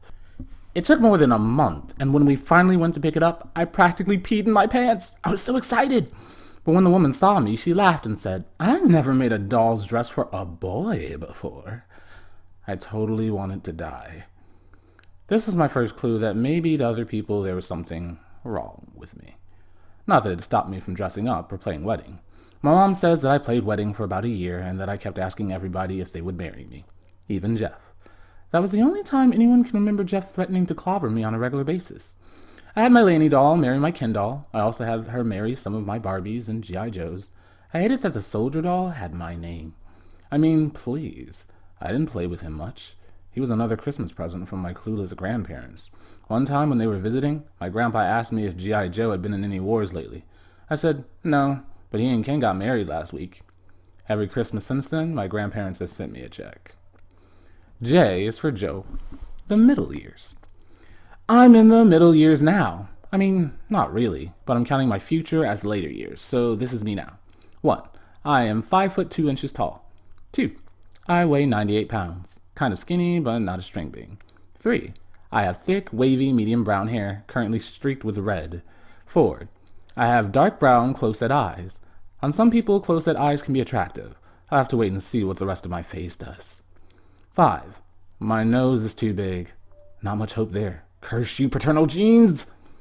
6. I have nice ears. Not that ears matter much, but at least they don't stick out like Jeff's. His friends used to call him Dumbo. Note to parents, if I ever let them read this, I have perfect ears for an earring. 7. I love clothes. Right now, I'm into oversized long-sleeve shirts, Oxford button-downs mostly, which I wear over colored t-shirts. In warmer weather, I like wearing these big, baggy Hawaiian shirts, also over colored t-shirts. I'm into cargo pants or baggy jeans or shorts, worn with oversized belts. Or sometimes I wear these totally retro dress pants I find at the thrift shop on the main street. What can I say? I have a fabulous and totally original sense of style. Now that I think of it, Colin has never said he likes the way I dress. He's also never said anything about liking my streaked hair or the way I paint the pinky fingernail on my right hand. Actually, Aunt Pam paints it for me. She does all these amazing tiny pictures. Like right now, I have a sun-moon face. Oh my god! Maybe Colin hates my clothes and my hair and my fingernail. Maybe he wishes I wore the kind of boring shirts he wears, with their Easter colors and little polo guys on them. Colin is pretty Ralph Lauren when you come right down to it. So is his whole family. I'm sorry. I would rather eat raw tofurkey than wear cotton pullovers with little thingies on them. Polo guys, sailboats, whatever that Tommy Hilfiger logo is supposed to be. I am so not into logos. What if Colin and I are incompatible? Side note. Mr. D, I'm pretty sure this is the right word. I looked it up. What if I get an earring and he goes, ew. This is so Romeo and Juliet. True love torn apart by tragic differences. 8. I just reread what I wrote and I thought, I sound so shallow. That's what Addie would say anyway. She's all about thinking about things, and I'm all about how things look. Well, excuse me, but it's not like I never think. And one thing I think is that appearances matter. It tells the rest of the world who you are, and who I am is totally awesomely styling. Thank you very much. 9. So, okay, some other things about me. A. I love cats, but my mom's allergic, so we can't have any. When I need my feline fix, I go next door and hang with Addie's cats, Kennedy and Johnson. B. English is my favorite subject. Side note. Mr. D, I am so not making this up. C. I hate phys ed. Duh. D. I love brownies and ice cream, especially peppermint stick ice cream. The Candy Kitchen makes this only at Christmas, which is totally unfair. E. Christmas is my second favorite holiday. My family gets into it big time, even if my mother is 1/4 Jewish, which I guess makes me 1/8 Jewish. Who says I can't do fractions? F. I like movies, music, and magazines. G. I also like books, but I wish there were more books about boys like me. I mean, most of the books for boys are about guys. The characters are always trapped in the wilderness where they become friends with a wolf, or the biggest worry in life is how they're going to score the winning point for the team. Yawn. H. I love to daydream, especially about the future. J is for Joe, the later years. So, what is my future? Well, I'll probably live in a big city. New York, or Paris, or Hollywood. I mean, I so don't see myself in Paintbrush Falls for the rest of my life. And I'll probably be famous. I don't know at what, but I've got time to figure that out. I was thinking about being an actor, or a singer. But I'd hate having to deal with the paparazzi all the time. And the fans! Always bugging you for your autograph? And some of them are totally crazy and live in the bushes outside your house. And then you have to have bodyguards. Having bodyguards might be fun, but I don't want people living in my bushes. That is so creepy. With my natural style, sense, and all, maybe I'll be a fashion designer. If I am, I will not use logos. The only other thing I think about the future is that I definitely want to get married and have kids. What I forgot to say before is that during my wedding obsession year, I insisted that my mother buy all the bridal magazines at the supermarket checkout. She was like, "But honey, you don't know how to read yet." Hello, who reads bridal magazines? Of course, when I get married, there isn't going to be a bride. Although it might be fun to ask Jeff to strap on some soccer balls and be my maid of honor. I wonder if Colin wants to get married someday too. I just remembered what Kevin and Jimmy said about Bert and Ernie getting married and about that being so sick it made them want to puke and all. They're the ones who are sick. Kevin and Jimmy, I mean. Totally. Life lesson. There should be a magazine called Grooms. K is not for kissing. Oh my God, you are not going to believe what happened on Monday.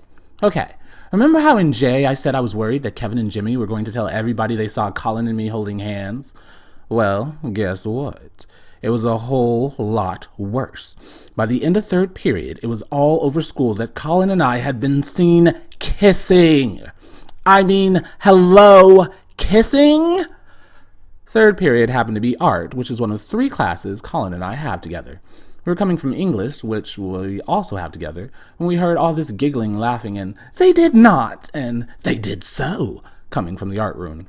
The minute they saw us, everybody went shh and turned their heads away, acting like we weren't there. Some of the girls were still giggling, though, and some of the boys were making kissy noises and punching each other on the shoulder. Kevin and Jimmy aren't even in our art class, but I was like 1,000% sure they were behind whatever was going on. I looked across the room at Bobby, who rolled his eyes and shook his head, which didn't tell me anything. I was all set to go over and ask him what was up when Mr. Manelli came in and told everybody to get their tables and take out their sketchbooks. Ordinarily, I am very happy that Colin and I sit next to each other in art. Mr. Manelli lets the class talk in low voices while we work, and Colin and I have this goofy thing we do where he's Moonette, the famous cow artist, and I'm Picasso, who draws 3-eyed pigs playing guitars. We have other goofy routines too, and we're always making each other laugh and then bumping elbows to make each other stop. Sometimes I think we do it just as an excuse to bump elbows, but no way were we bumping elbows on Monday. We weren't even talking to each other. When the bell rang, Colin grabbed his backpack, mumbled something about having to meet up with Drew, and was out the door before I was even out of my seat. I turned to Kelsey, who sits on the other side of me, and said, "Okay, what's going on?" Her hair was hanging over her face, so I wasn't sure I heard right at first, but when I asked her a second time, I got, "Everybody says you and Colin were kissing." "What? That's ridiculous!" I expected her to say, "I know," but instead she said, "Well, what if you were? It's nobody's business." Bobby came around from the other side of the table then, and the 3 of us kept talking while we walked to history. It turned out that seeing us holding hands wasn't enough for Kevin and Jimmy, aka the twin faces of evil. No, they had to tell the whole school they'd seen us kissing. When I reminded Bobby and Kelsey that they'd been with Colin and me the whole time, so they knew it wasn't true, Bobby said that Kevin said it happened when we were standing by ourselves, waiting to cross the street, and no one was looking. "Look, Joe," he said, "I don't care if you and Colin kissed. It's not a big deal, okay? It's just so unfair that Kevin and Jimmy, the twin faces of evil." I corrected him. "Fine, the twin faces of evil. It's just unfair of them to spread it around school." "But we weren't kissing!" Bobby nodded like, whatever. I know I said before that I liked kissing, that I called it getting smoochy and all that. But that was when I was little and wasn't talking about doing the kissing myself. Not that kind of kissing anyway. I mean, bumping elbows is one thing, and holding hands is awesome. But actually putting your mouth on somebody else's mouth and exchanging saliva? Side note. Mr. D, sorry to have to get all R-rated. Ew! It got even worse after history. We went to our lockers. Mine had I Heart Colin on it, and Colin's, which is across the hall from mine, had I Heart Joe on it. Kelsey said we should report it to Mr. Keeley right away, but I said no, because I didn't know if Colin had even seen it, and I didn't want to make things worse for him. Luckily, we were able to get to the writing off both lockers pretty easily with some paper towels and soap. Whoever did it must have used really cheap markers, as if I didn't know who did it. While we were waiting for Colin to show up so we could walk to lunch together, I made Bobby and Kelsey promise they wouldn't tell him what had happened. But Colin never showed up, so we walked to the cafeteria by ourselves. Guess where he was? Not at our table where he'd been sitting for weeks. No, he and Drew were at their old table sitting with their other friends. I couldn't believe this was happening. It was even worse than the Halloween party. It was like he turned me invisible, and all because of a stupid rumor that wasn't true. I started to go over to his table, but Bobby pulled me back. Don't, Joe, he said. Just leave him alone. I knew he was right. Whatever I would have said or done would only have made it worse. It was then that I noticed how everybody was whispering and looking back and forth between me and Colin.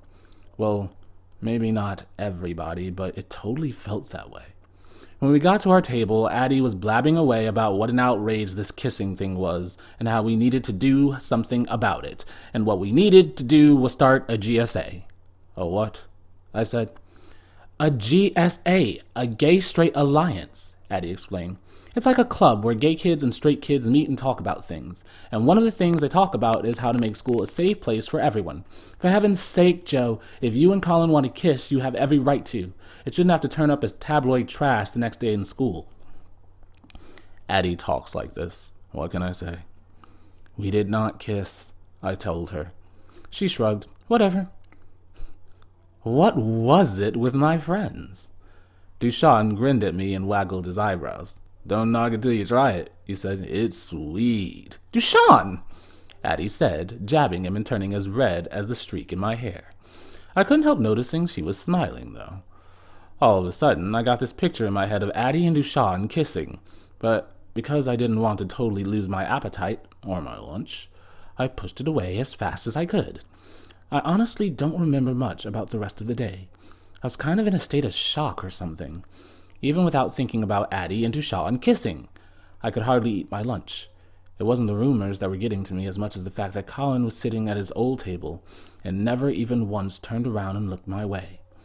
Addie was going on and on about this whole GSA thing, as if being gay and 12, or 13, Colin is 13, and accused of kissing your boyfriend in public were suddenly her personal problems. I tried talking to Colin between classes later, but he just mumbled something about how he couldn't talk right then and walked away. He wouldn't even look at me. The next day, we didn't have school because of something called Staff Development Day. Miss Wyman told us in math that it was a day for teachers to learn. I don't know what they were learning, but I wondered what they would do if they learned about Colin and me and all the stuff that was being said about us. And that got me wondering if any of the teachers were gay and if they'd had things like the kissing rumor happen to them when they were in school. Side note. Mr. D, I hope it's okay to be thinking about teachers being gay. I mean, it's kind of personal, but it's not an insult or anything. It's good we had Tuesday off. I got to have an entire day to feel sorry for myself and try to figure out whether I should hate Colin or not. I mean, I couldn't exactly hate him. He's Colin, hello. But I couldn't exactly like him either. I didn't feel like talking to any of my friends, and Jeff was in his room clicking away on his computer, probably writing total porn to that girlfriend of his. Not that I would have talked to him about what was going on anyway. Can you picture it? Oh, sure, Joe. The same thing happened to me when I was in 7th grade and I got caught holding hands with my boyfriend. Yeah, that's gonna happen. I knew the only person I could really talk to was Aunt Pam, and that's just what I was going to do. The minute she got home from work, I was going to say we should make a big bowl of popcorn and go up to her room and hang out and talk. I was even going to come out to her. I mean, I know that she knows, but I've never said the actual G word. And anyway, I thought it would kind of make it official and get the ball rolling, family-wise. Aunt Pam, I was going to say to her, I'm gay, and I'm having boyfriend trouble. And she'd be able to tell me what to do, because she's super smart. And remember, she wants me to be so fine I'll shine. But then, when she did come home, I didn't have a chance to say anything, because before I could even open my mouth, she was telling me that she's moving back to New York right after Thanksgiving, which is only a few weeks away. She sounded all excited and happy. It seems her friends found them an apartment in this really cool part of the city, and she's getting to start her new job sooner than planned, and blah, blah, blah. She said she'd miss me, and she was sorry it was so soon. I think she promised to come back for Christmas. I don't know. After it hit me that she was really leaving, I kind of stopped listening. As days go, Tuesday totally stopped. and I was sure Wednesday would be even worse. I was right, but not for the reasons I thought. It turned out nobody was talking about Colin and me anymore. The kissing rumor was so over. Why? Because this girl had let this boy touch her under her shirt on the stairs right outside the main office, and now she was a slut and he was a stud, and that's all anybody was talking about. It was like being inside some weird reality show on TV, except in this case, getting voted off the island was like winning. That's what it felt like to have nobody talking about Colin and me kissing, like we'd been voted off the island and we'd won. I almost felt like a winner, until I went to my locker at lunch and found Colin's note. After that, I was back on the island and the biggest loser in the whole world. Life lesson. Middle school is like being trapped in a reality show where there's no way off the island, and you're always a loser. L is for leftovers. Thanksgiving was 3 days ago. The relatives have gone away and we're still eating the turkey loaf we made out of the leftover turkey. Usually, I love leftovers. When my dad and I make chili, which I sometimes make on my own, it's really good. Maybe I'll be a world-famous chef when I grow up. Anyway, when we make chili, I always heat up what's left over and have it for breakfast the next day. I even like it on school mornings, which probably sounds gross when you think about it being 7 a.m. and eating nuked chili, but it is so not. Next to chili, turkey is my favorite leftover, but not this year. This year, I hate everything about Thanksgiving and leftovers. Because this year, it's not just food leftovers I have to deal with. It's people leftovers. Oh, and I should probably mention that we have all this leftover tofurkey too, because Addie and her parents were here. Trust me, that the tofurkey is going to be left over for a long time. Anyway, you're probably wondering what I mean by people leftovers. What I mean is the stuff people leave behind them after they're gone. Aunt Pam moved out 2 days ago, and I keep finding her things all over the house. It's like she packed so quickly she didn't even notice how much she wasn't packing. Or maybe she just didn't care. Was she in that much of a hurry to get away from us? Like right now, I've got this hair clip thing sitting on my desk. I found it in her room. Her leftover room. I feel kind of bad about it because I gave it to her for her birthday a couple of years ago, and I know she liked wearing it. So why did she leave it out in plain sight on her dresser? Why didn't it matter enough to take? She left tons of other stuff too, mostly in her studio over the garage. She said she's coming back for everything at Christmas. But what about the empty feelings she left behind? I don't think she'll be able to come back for that. That's going to be around even longer than the tofurkey. The reason I know this is because it's been more than 3 weeks since Colin left a note in my locker, and the empty feeling I got after that hasn't gotten any better in all this time. I guess I may as well tell you what he wrote. Joe. Side note. Mr. D, this is the closest font I could find to Colin's handwriting, which, as you know, is extremely neat for a 13-year-old boy. Or anybody, for that matter. The guys on the team gave me a really hard time at practice last night. They kept asking me if the rumor was true, and some of them, even Justin, who's my friend, were saying things like, "You'd better not turn fag on us, Briggs." Then they started making jokes about not wanting to shower with me, except I'm not sure they were all joking. I told them Kevin and Jimmy had made the whole thing up. I don't know if they believed me. Joe, I feel really, really bad saying this, and I hope you won't hate me, but I think maybe we shouldn't hang out together anymore. I just can't deal with what's happening. Please don't be mad at me. Colin. P.S. I still wish I could be like you. I can't, and that's the problem. I've tried really hard to hate Colin, but it just doesn't work. I miss him too much, and I guess I understand why he had to do it. I've never been on a team, but I know what it's like for me in phys ed. When I first got his note, I was afraid he'd start making fun of me the way the other guys do. But that was stupid. Colin isn't like that. I emailed him that night and told him it was okay, that we could just ignore each other in school. But he wrote back and said, "No way." And he doesn't ignore me. He always says hi when he sees me in the hall, and we even talk sometimes. We just don't do Moonette and Picasso in art class anymore. We don't laugh or bump elbows.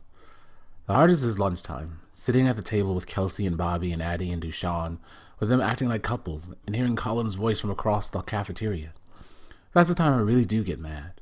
But then we'll be leaving, and I'll see Colin on the way out, and he'll give me this little shy smile, like he's saying, "I'm sorry." Of course, it might not mean that. It might not mean anything. Maybe it never even meant anything that he told me he liked me. Addie got really furious about it when I first told her. She said she was going to talk to him, but I begged her not to. And for once, she listened. Then she said, "This is all the more reason we need a GSA in the school." Whatever.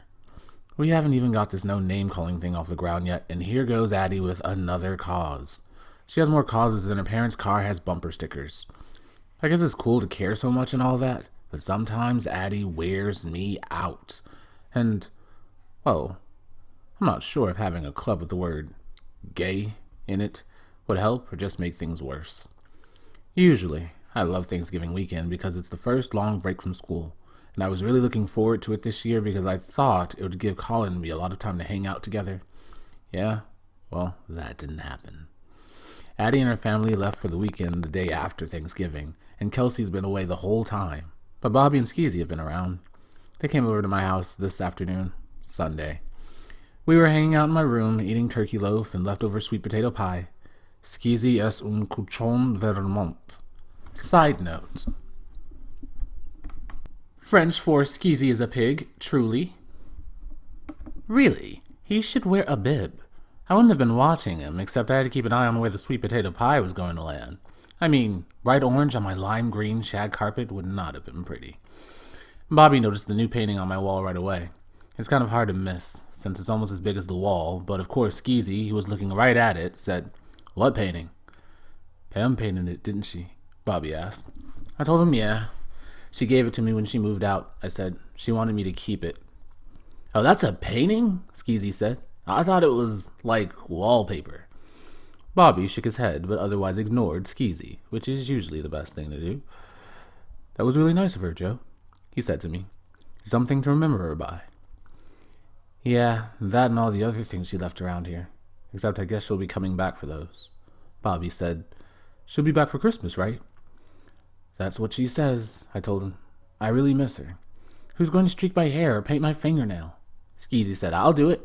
"Yeah," I said, like I'm letting somebody who can't get sweet potato pie from his plate to his mouth without half of it ending up on his shirt anywhere near me.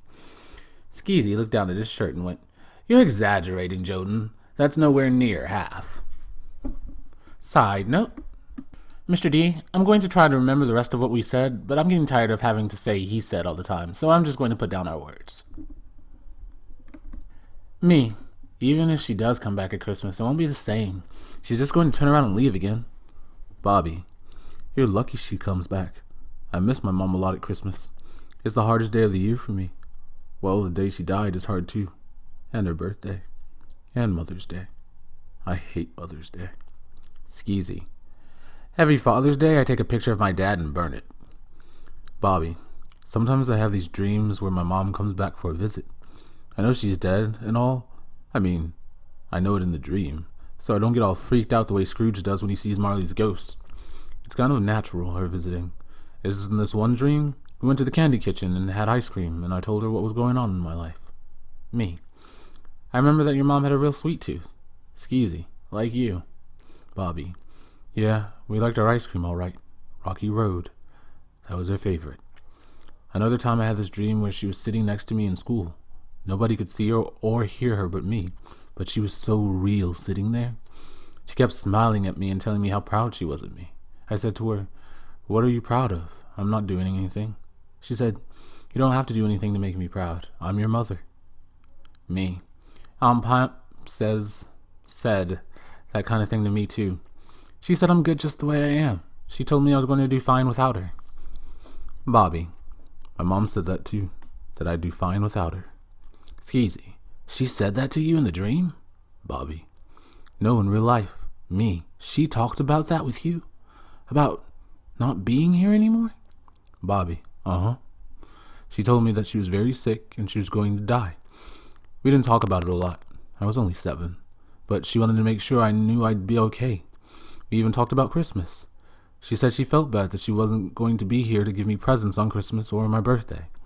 She asked me to put her favorite picture of me under the tree every year. I don't know why it's her favorite. It's just this dopey picture of me sitting on Santa's lap.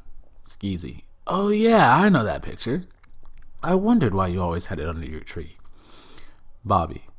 Last year I noticed for the first time that her hand is in the bottom corner of the picture. It's blurred because she's waving or motioning or something, but I can tell it's her hand. She's probably getting me to look at the camera, or maybe she was telling me to sit still. I was always squirming around. Anyway, when I saw it, I completely lost it. Skeezy. You lost the picture? Bobby. I lost it. I started bawling my eyes out because she was there in the picture, you know? But she wasn't. Just her hand was there, and that was a blur. Skeezy. The only thing my dad left was pictures, and us. I don't think he took one lousy picture with him. Man, he knew this was a permanent move, even if he was telling us it wasn't. Trial separation my butt. Whenever I looked at the pictures he left, it's like what you said, Bobby. He's there, but he isn't. The guy in the pictures is smiling like he's happy to be where he is, happy to be with his little family, but that's not who he is. It's probably not who he ever was. He's probably lying to us the whole time. And then he left pictures behind to do the lying for him. That's why I have to burn them. It's them or me, get it? Pictures are killers.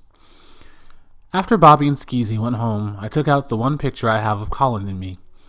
Aunt Pam took it after we got into our Bert and Ernie costumes. It's kind of like the picture Bobby had of his mother's hand, or the one Skeezy was talking about where his father's smiling and he doesn't know whether to believe the smile or not. It's like Colin and I are there, but we're not there, because we look more like Bert and Ernie than ourselves. And Aunt Pam's kind of there, but not there too, because she's the one who made the costumes, and the one who took the picture. That picture is full of people leftovers. Skeezy's right. Pictures are killers. I don't want to burn it though, because except for the few notes Colin left me in my locker and Aunt Pam's painting on my wall, that picture is all I have. Life lesson. People leftovers last a lot longer than the food kind.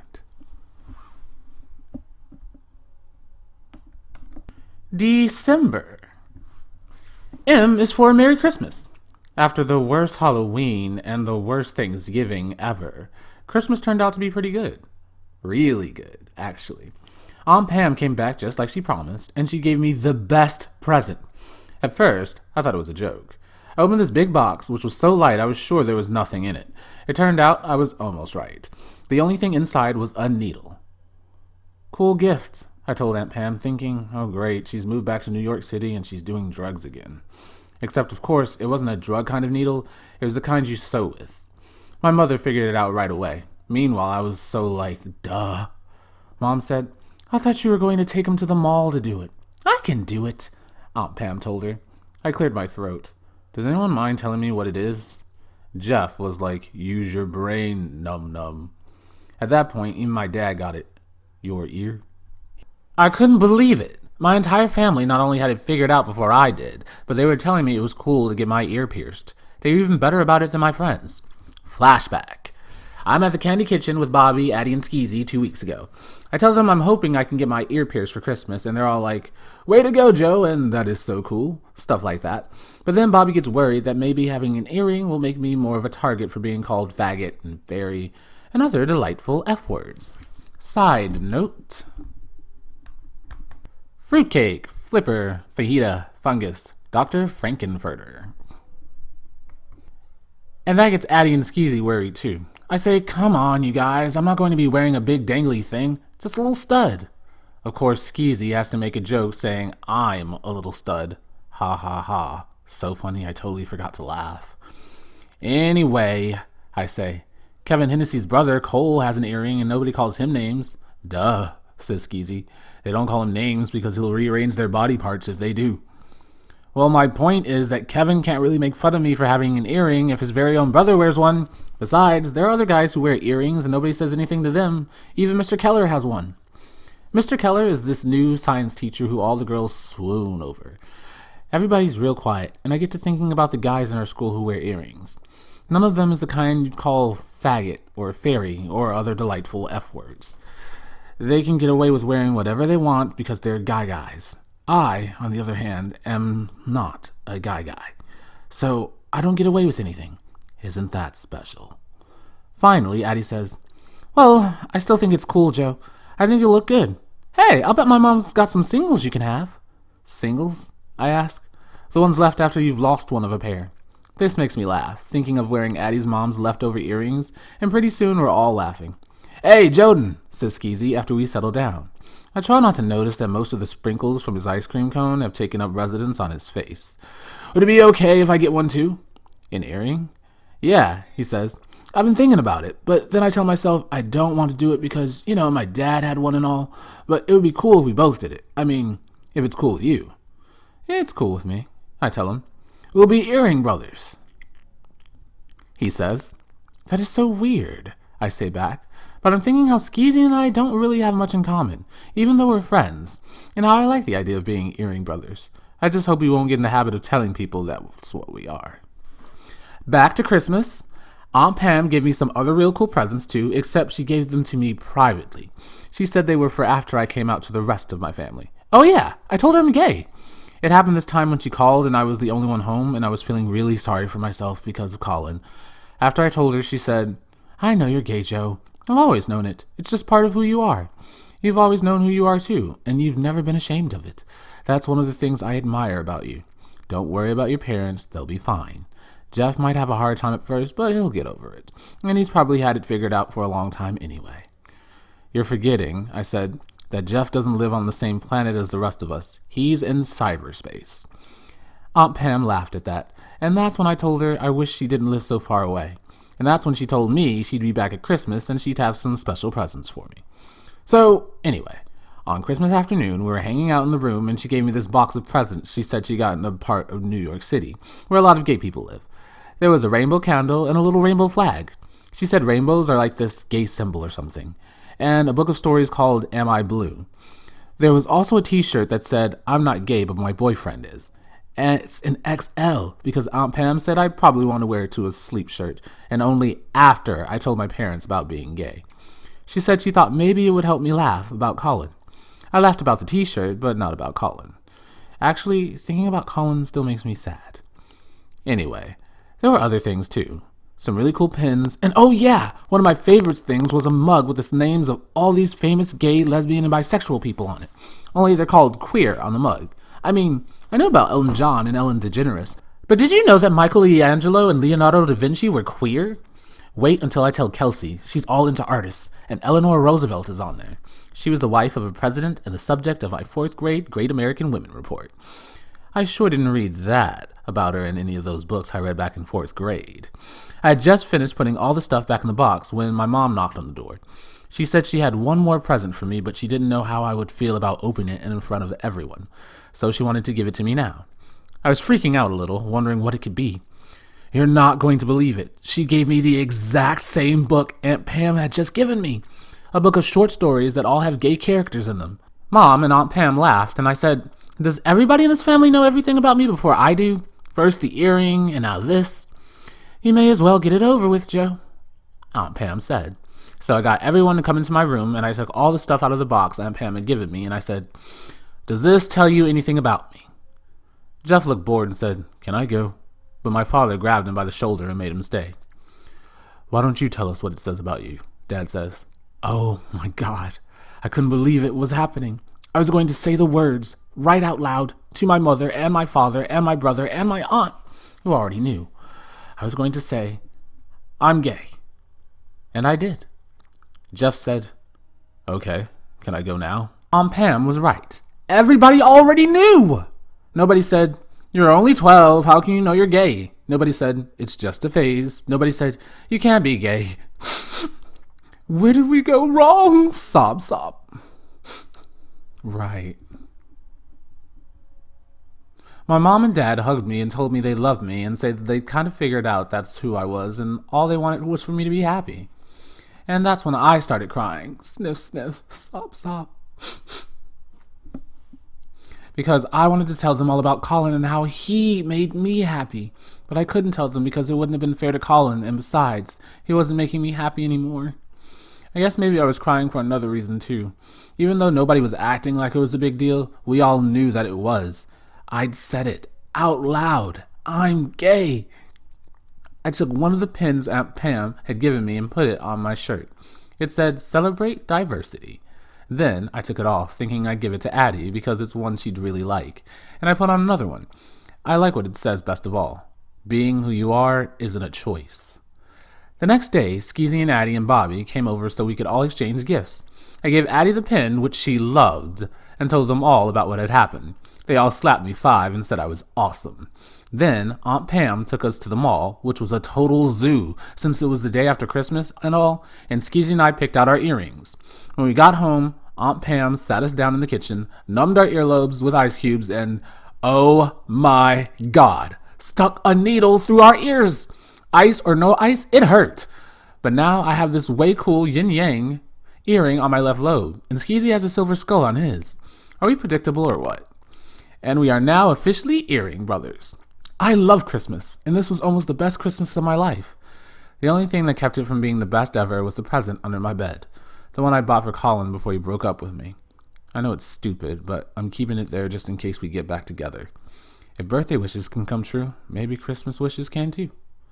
Hey, I'm a poet. Life lesson. Being who you are isn't a choice. January. N is for names. It's funny, but since I came out to my family on Christmas, being called names doesn't bother me as much. Like, when I got back to school, practically the first thing I heard was Kevin H., who else, calling out, "Hey, faggot!" And all I thought was, yeah, that's me, so? I didn't say it, but just thinking it made me feel better. It was like, okay, that's who I am. Who are you but somebody who calls people names? Aunt Pam said that sometimes guys who call other guys faggot and other homophobic names are deep down insecure about themselves. Like maybe they're gay and just can't deal with it. Oh my God. Does this mean Kevin Hennessy might be gay? Anyway, it turned out Kevin wasn't even talking to me. He was calling out faggot to this new kid I'd never seen before. I guess that's Kevin's way of saying welcome.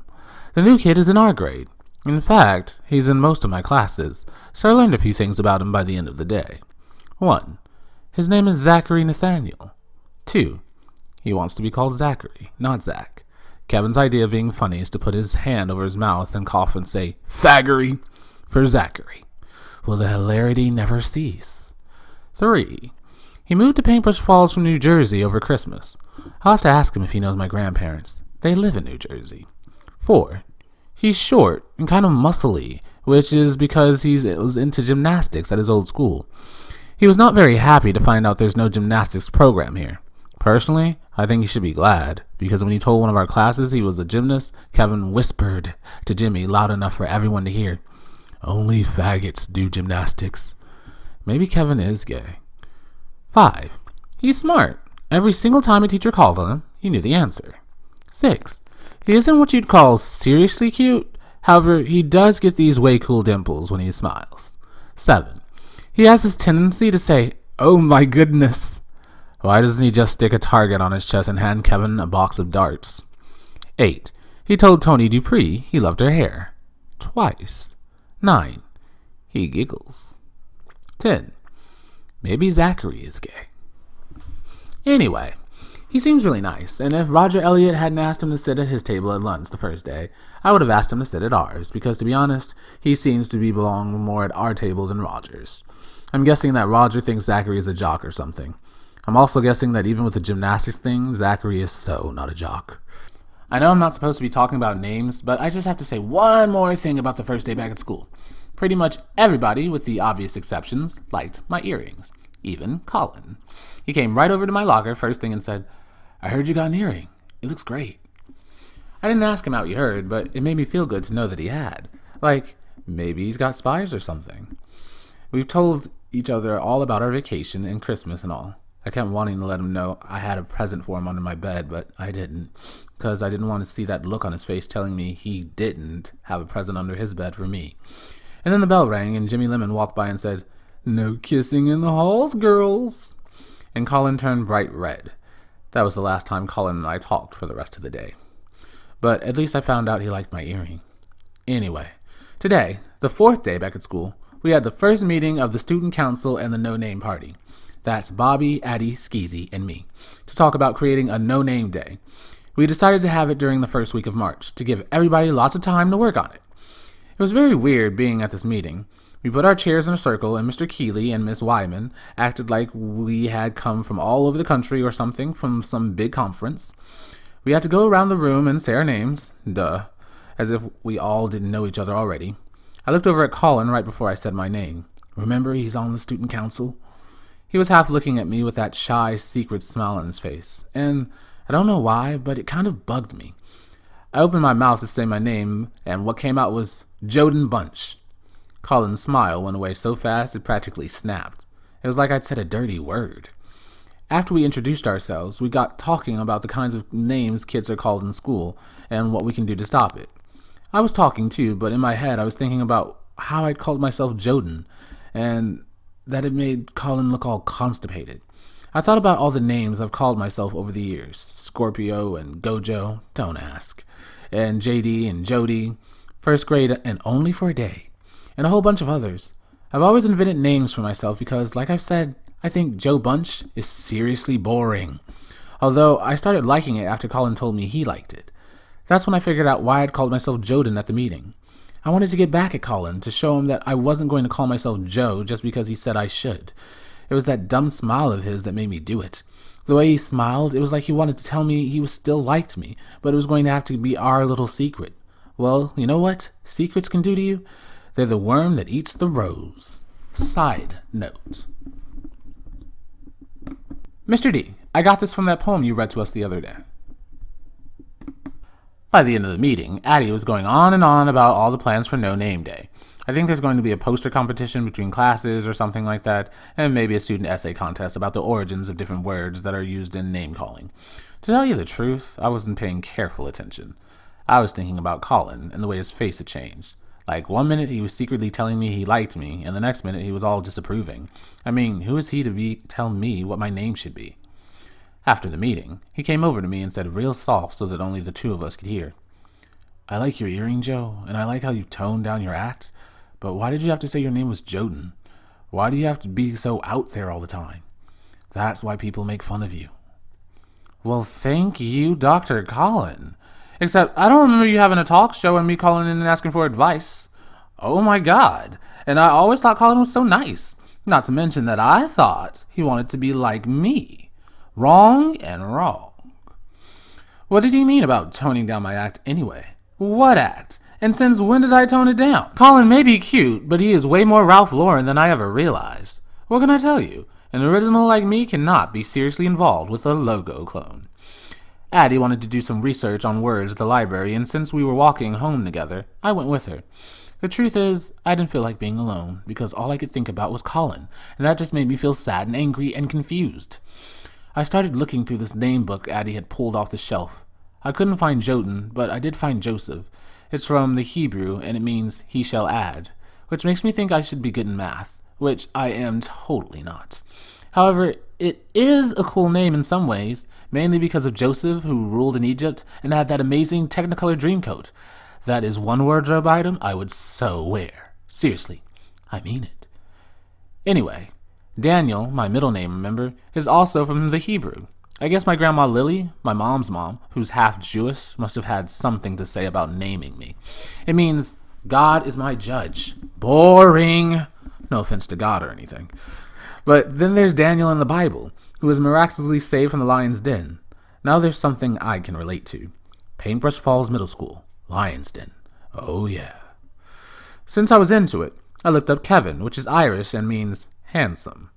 Right. Excuse me while I stick my finger down my throat. Colin should mean handsome, or at least cute, or hot, but maybe also not as nice as everybody thinks he is. But it's not clear what it means. The most I could figure out was that it's from the French, and is a nickname for Nicholas, which makes no sense at all. The book also says it means victory. No. I don't know why, but I looked up Zachary too. It's from the Hebrew, like my name, and it's a variation of Zachariah, which means memory. I like that. It's kind of mysterious. Although anybody who says, oh my goodness, all the time is about as mysterious as a glass of milk. Life lesson. You can't judge a person by their name. Side note. People's Exhibit. A. Kevin equals handsome. Not. O is for oi. My grandparents are not entirely convinced I'm gay.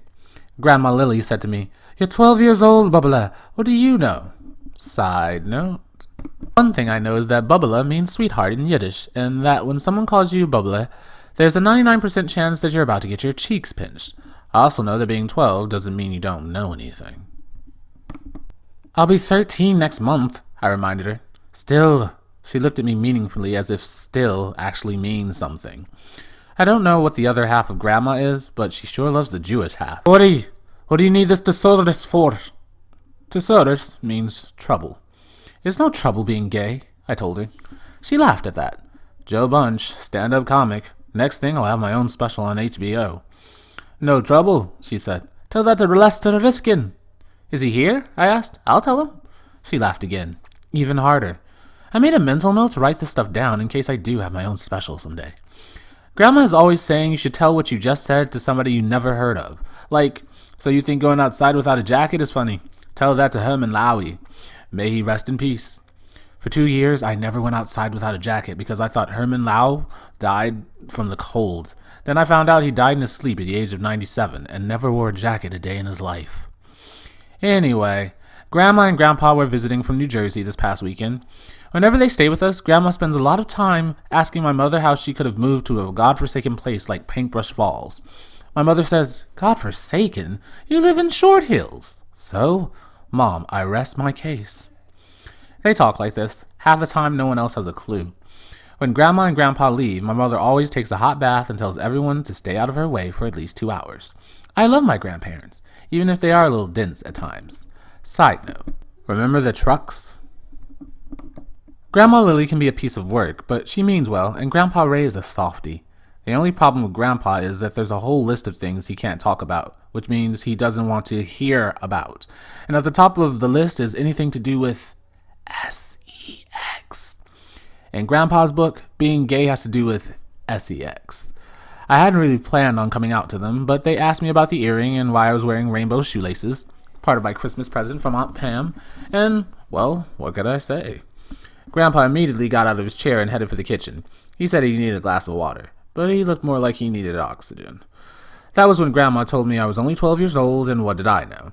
For the record, this may be the one and only time she called me Bubble and did not pinch my cheeks.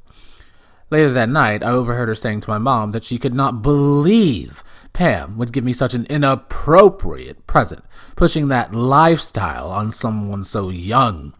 She then went into her usual rant about how Pam had always been a problem and how she hoped one day she would come to her senses, meaning live a life Grandma could understand and settle down.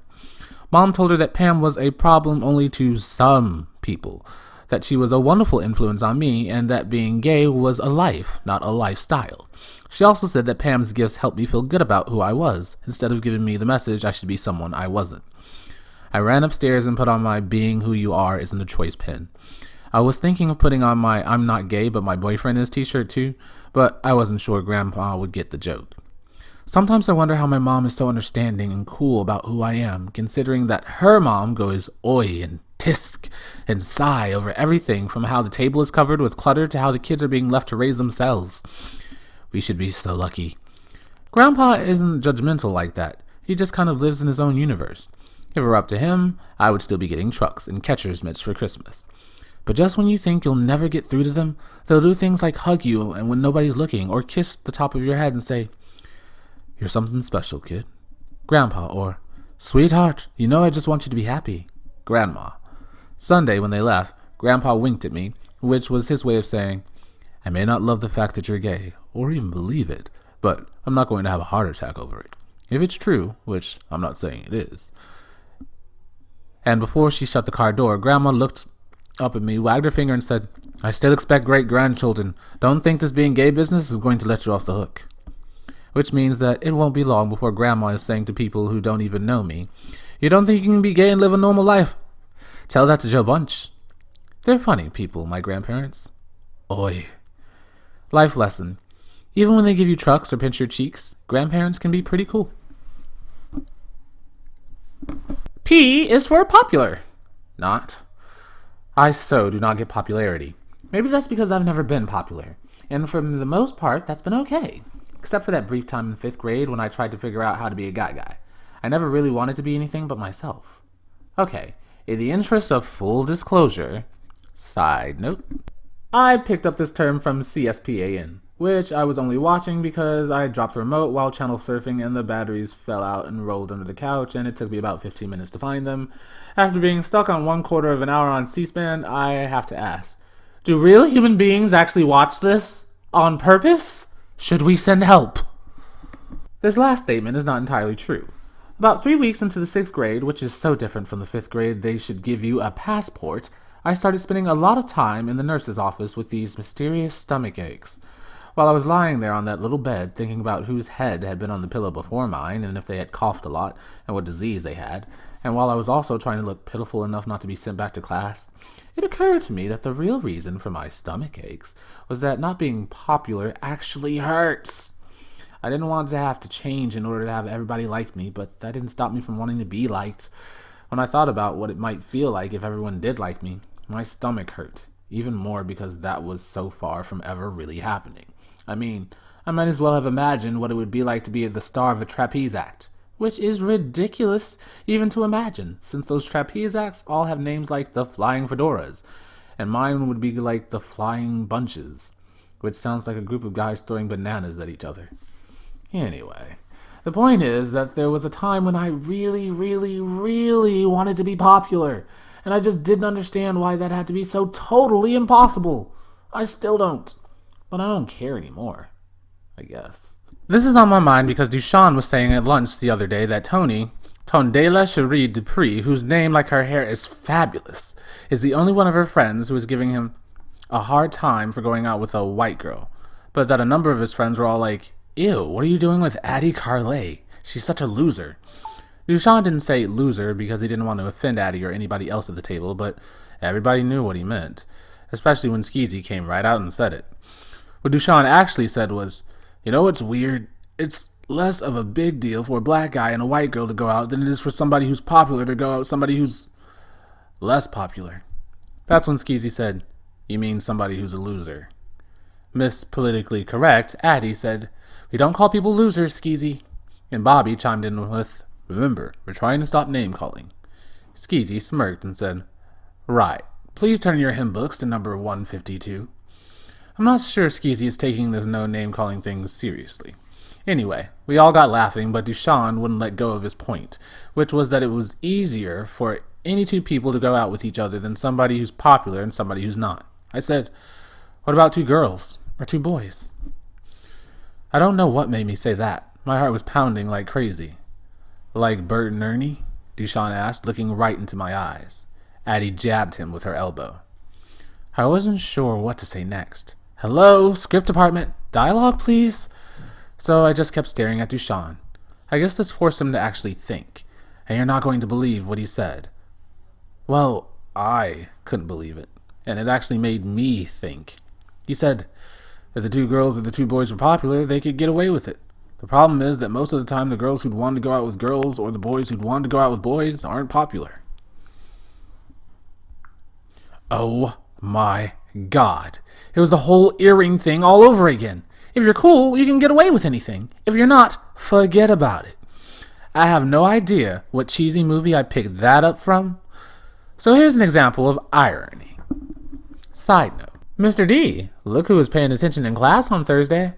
Colin is popular. He could get away with going with another boy, according to Dushan's theory, but he won't go with another boy because he's afraid he won't get away with it.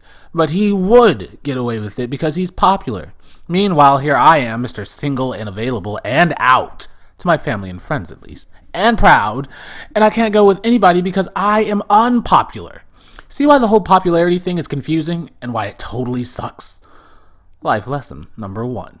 Popularity is a win-win for the popular kids and a lose-lose for everybody else. Life lesson number 2. In real life, when you're grown up and out of school, popularity doesn't matter. Side note. Mr. D, please tell me I'm right about this. Q is for questions. What did Colin mean when he said he'd like that I'd tone down my act? Why can't I hate him? Why do I wish he was still my boyfriend? Why are the following such a big deal? 1. 2 boys dating. 2. 2 girls dating. 3. Somebody who's popular dating somebody who's not popular. 4. Being popular. On Monday, when Addie went to Mr. Keeley with a petition to start a gay-straight alliance, why did he tell her no? When she said, why not? Why did he say it was because there were too many clubs in school already? If that's the truth, how come yesterday he told Royal Wilkins she could start a knitting club? Why did Kevin Hennessy try to rip up Addie's petition? Why did he tell her that God hates fags? Does he really believe that? Do most people? Does God? Life lesson. Side note. I'm sorry, Mr. D, but I couldn't think of one. Life lessons are sort of about having answers, and all I have this time are questions. R is for religion. Get this! The reason Mr. Keeley said no to the GSA is that Kevin Hennessy's mother is making a big stink about it. Tonight, my mom and dad came back from a school board meeting all steamed up. I could hear their voices all the way from my bedroom before they even got in the house, so of course I ran downstairs right away to find out what was going on. Jeff didn't because A, he had his headphones on and probably didn't hear them, B, he was undoubtedly IMing porn with his girlfriend, Clark, and C, he pretty much thinks my parents inhabit another planet and he's not all that interested in what goes on there anyway. Anyway, my mom walked into the house going, if that's what she calls religion, thank God we don't go to her church. Normally, my dad might have laughed at this, but he was as worked up as my mom was. We're not taking this one sitting down, that's for sure, he said. And then I heard other voices and realized Addie's parents were storming into the house too. When they saw me, they got kind of hush-hush and, shouldn't you be getting ready for bed soon? But then my mother said, this is Joe's business as much as anybody's, maybe even more, and I think it's just fine that he knows what's going on. He may already know, said Graham. Side note, Addie's dad, remember? Since this is all in response to Addie's petition. Not quite all. Lydia, side note. Addie's mom, but you probably figured that out. It's also about those ridiculous rumors. Even if they're not rumors, even if they're true, they're not ridiculous. And are they so terrible that we have to bring religion into it? My mother shook her head angrily and offered to put water on for tea. What are you all talking about? I asked. That's when they started jabbering on at the same time, except my mom, who had gotten to the kitchen to make tea. Until Lydia, who's a lot like Addie, took charge and told everyone to shush. I'll tell you what happened, Joe, she said, indicating that I should sit down. I have to admit this made me feel very grown up, even more grown up than Jeff, who, remember, was upstairs porning with Clark. This Mrs. Hennessy person, she started out, who, by the way, I have never set eyes on before in my life, suddenly shows up at the board meeting tonight full of God and religion, and self-righteousness, my dad put in. For a lot of people, those go hand in hand, Lydia said. Anyway, she claims that she heard that 2 boys were seen kissing at school. Side note. This was when my palms turned clammy and I started mentally measuring the distance to the downstairs bathroom because I figured it was only a matter of time until I might have to throw up. And that several students were trying to start what she called a gay club. That would be Addie's gay-straight alliance, said Addie's father. He knows that Graham, Lydia, and Addie are so much alike. The point is, she's all up in arms and she's gotten others to join her in some sort of religious crusade. I'm a good Christian, she says, and my beliefs and the beliefs of most of the people in this community, how dare she speak for most of the people in this community, do not include homosexuality or any other perversion. Oh, it just galls me, Lydia went on, her face getting all red, with the muscles in her neck starting to stand out like ropes. That people can say things like that, and in the name of religion. Who is she to say she doesn't believe in homosexuality, or to call it a perversion, or say she loves the sinner but hates the sin? The last time I checked, love was not a sin, and those who love were not sinners. Excuse me, Mrs. Hennessy, but what if I told you I didn't believe in you? I'm sorry, Joe. I hope I'm not offending you with any of this. Addie's parents know I'm gay. I went, I had no idea what to say. I wasn't offended, but I was kind of embarrassed. I was just hoping they weren't going to ask about the kissing rumor. Anyway, Lydia said, she and this little group of sheep she brought with her went on and on about family values and the sanctity of marriage. Bottom line, my dad put in, knowing we might be there all night if nobody cut in on Lydia once she got going. is that she told the school board there would be serious ramifications for Mr. Keeley if he agreed to the GSA. Meaning, said Graham, that she's threatening him. I thought he already said no to the GSA. I said he did, Graham said, but he didn't shut the door entirely. Lyd and I called him after we found out he'd turned Addie down, and then told another girl she could start a club. He advised us to bring it up at the school board meeting and said he would rethink it if the board was open to the idea. Interesting, isn't it? Addie's mom said, how Mrs. Hennessy somehow found out about it and showed up tonight with her little cabal. Side note. I had to look this one up. It means a number of persons secretly united in using devious and undercover means to bring about an overturn, especially in public affairs, or to undermine or cause the downfall of a person in a position of authority. Awesome. I found myself wondering about Kevin's dad and asked if he was at the meeting too. I don't get the feeling Mr. Hennessy goes to the meetings, said Graham, but his wife sure mentioned him often enough. My father nodded. I think he's supposed to be the hidden weapon. You know, the big gun that Mrs. Hennessy says will come in and take care of business if the school board doesn't go along. Lydia snorted. Which sounds to me like he's nothing but a big bully. Like Kevin, I thought. I asked if I could go upstairs. I didn't say so, but I wanted to write all this down before I forgot. Besides, I didn't think I could handle much more worrying about the kissing rumor, and whether or not I was going to have to throw up. So here I am, sitting at the computer in my room, thinking about the stuff Mrs. Hennessy said, and starting to feel pretty steamed myself. I mean, what gives her the right to believe in me or not? As far as I can tell, I was pretty much born the way I am. It's not like I woke up one day and decided to like boys. And even if I did, which I didn't, what business is it of hers? I know a lot of good things have been done in the name of religion, but a lot of bad things have too. Just pay attention in history class if you don't believe me. And it seems to me that hating people for what they are and can't help being is definitely a bad thing. No. Later, I went back downstairs to get a snack, and Jeff was in the kitchen, rolling his eyes at the sound of his name being called from the living room. Tell them I already went upstairs, he hissed at me, but it was too late. Dad came in and said, Jeff, can you join us for a minute? Oh, Joe, you're here too. Good. Both of you, come in. Great. Just when I thought I might get through the night without puking. We were just talking about the Hennessys. My mother greeted us. What do you know about their sons? You're in the same grade as the older one, aren't you, Jeff? And we know you and Kevin are in the same grade, she said to me. Side note. Believe it or not, I have never told my parents about all the stuff Kevin has done to me. I've let them know he's not real nice and that he picks on kids. I just never said who his main target is. I guess with the gang of 5 looking out for me, I never thought I needed to. Mostly, I guess I thought if I did say something to my parents, it would get back to Kevin and just make things worse. Jeff shrugged. Cole's a jerk, he said. Care to be a little more specific? My dad asked. He's bad news, Jeff answered with another shrug. I think maybe Jeff doesn't know what specific means. Examples, my dad prompted. Jeff took a bite out of his Slim Jim. He throws his muscle around, he said, chewing. He picks on anybody and everybody. He's got a foul mouth. Oh, and you should see him with his brother.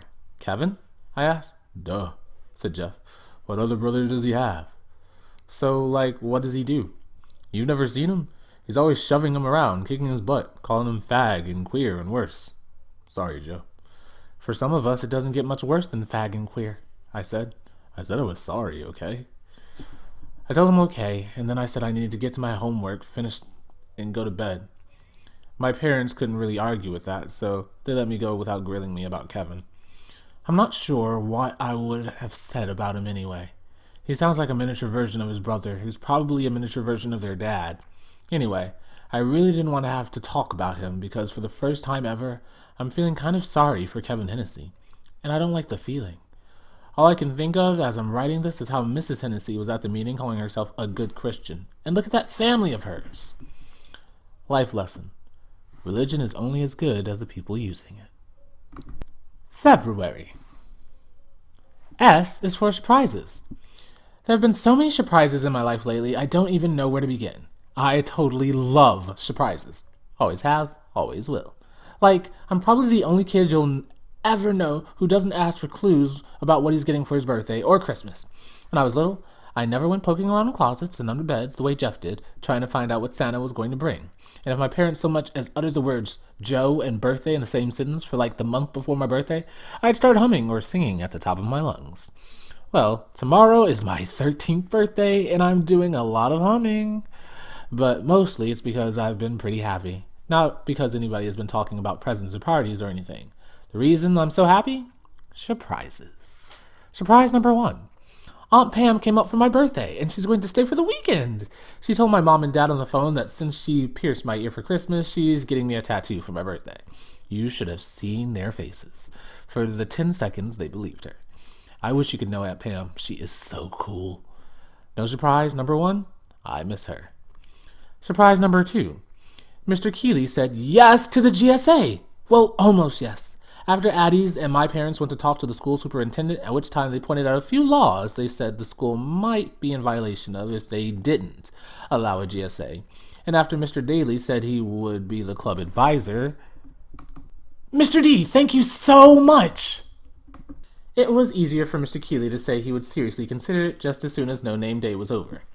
Mr. Keeley even called Addie into his office to talk about it with him and Mr. Daly, so we know he means it.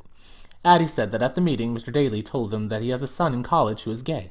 He said, it probably helps when you know someone, but that really shouldn't matter. Civil rights are civil rights, and everybody deserves respect. The next day, he gave Addie this button his son had sent him. It says, if gay and lesbian people are given civil rights, everyone will want them.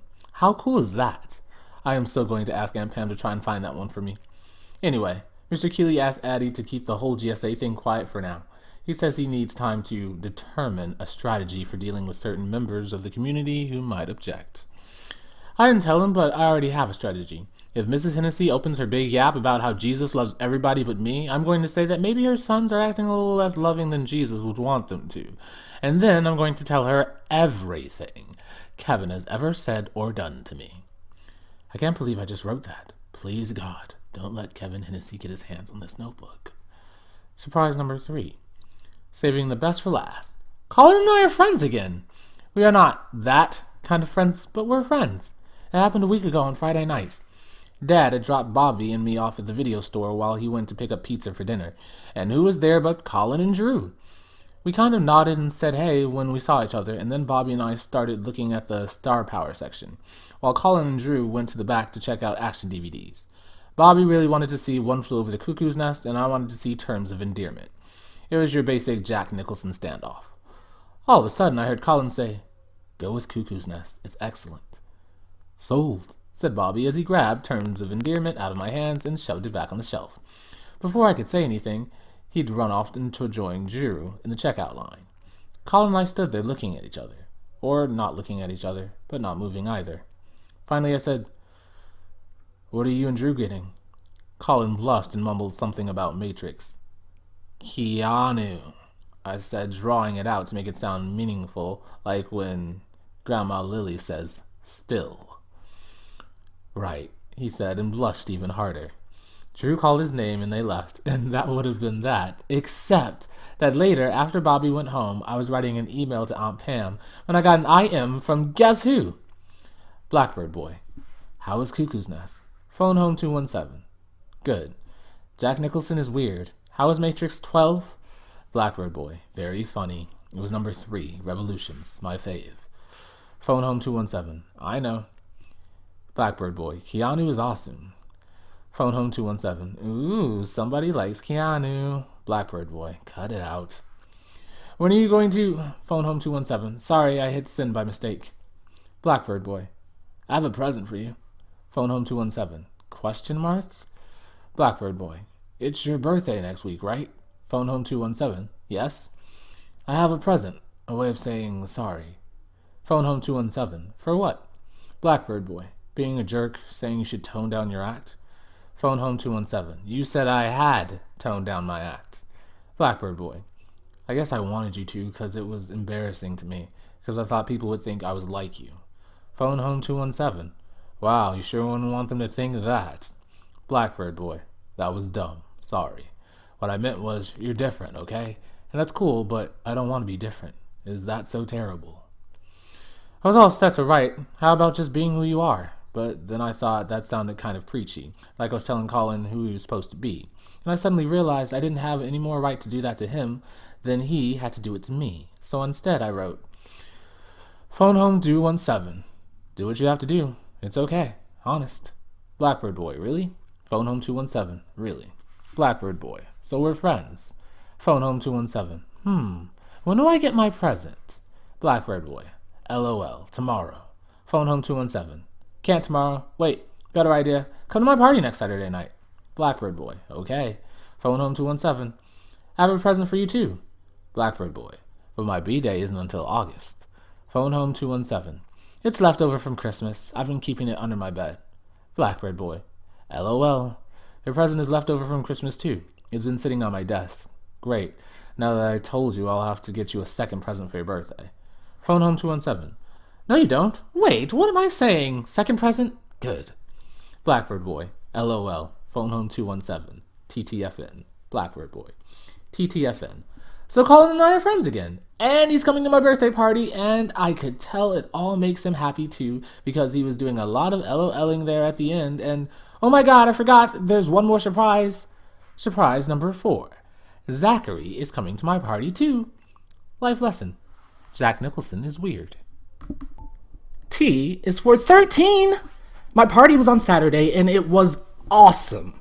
I'm going to tell you all about it, but first let me tell you how it happened that Zachary was there. We were standing on the lunch line together on Friday. He's been eating at our table for about a couple of weeks now. When he said to me, "So, how's your alpha biography going?" I told him good, and then I said, "Mr. Daly isn't making you write one, is he?" When he said yes, I went, "That is totally unfair. You just moved here, and everybody else had since October." Side note. Sorry for the candid dialogue, Mr. D, but you can't expect us kids to think you teachers are perfect and wonderful 100% of the time. We're only human. Mr. Daly is giving me an extra month to get mine in, he explained. And he said I could write short chapters. Oh my goodness, I don't know what I would do if I had to write long ones. I was wondering if I should say something to him about the oh my goodness thing when I noticed how he was picking up a pat of the butter for his roll. Then I thought maybe I should say something about not keeping his pinky finger in the air like that. Oh my god. I was turning to his guy advisor. Luckily, before I could say anything to him, he said, "There's a reason I'm telling you all this. It's hard to think of something for every letter, though, isn't it?" "Yeah, like Z," I said. "You're lucky your name is Zachary." He nodded, then said, "What about X? There's nothing but xylophone," we both shouted. We broke out laughing, and I noticed his dimples again. I could feel myself starting to blush, which meant I had to pull an emergency change of subject. So I asked him what he was doing over the weekend. He just shrugged and said, "Nothing. It's hard making friends here." Without even thinking about it, I said, "Why don't you come to my birthday party tomorrow?" He went, "Really? You'd think I'd invited him to go with me to the Oscars or something." "Okay, that would be great." And that's how Zachary ended up at my birthday party, which brings me to the main topic. I'm 13. Okay, now that I got that out of my system, I guess it is exciting. To be a teenager, I mean. Although, when I look at Jeff, I'm not sure what's supposed to be so exciting about it. He sleeps like 16 hours a day.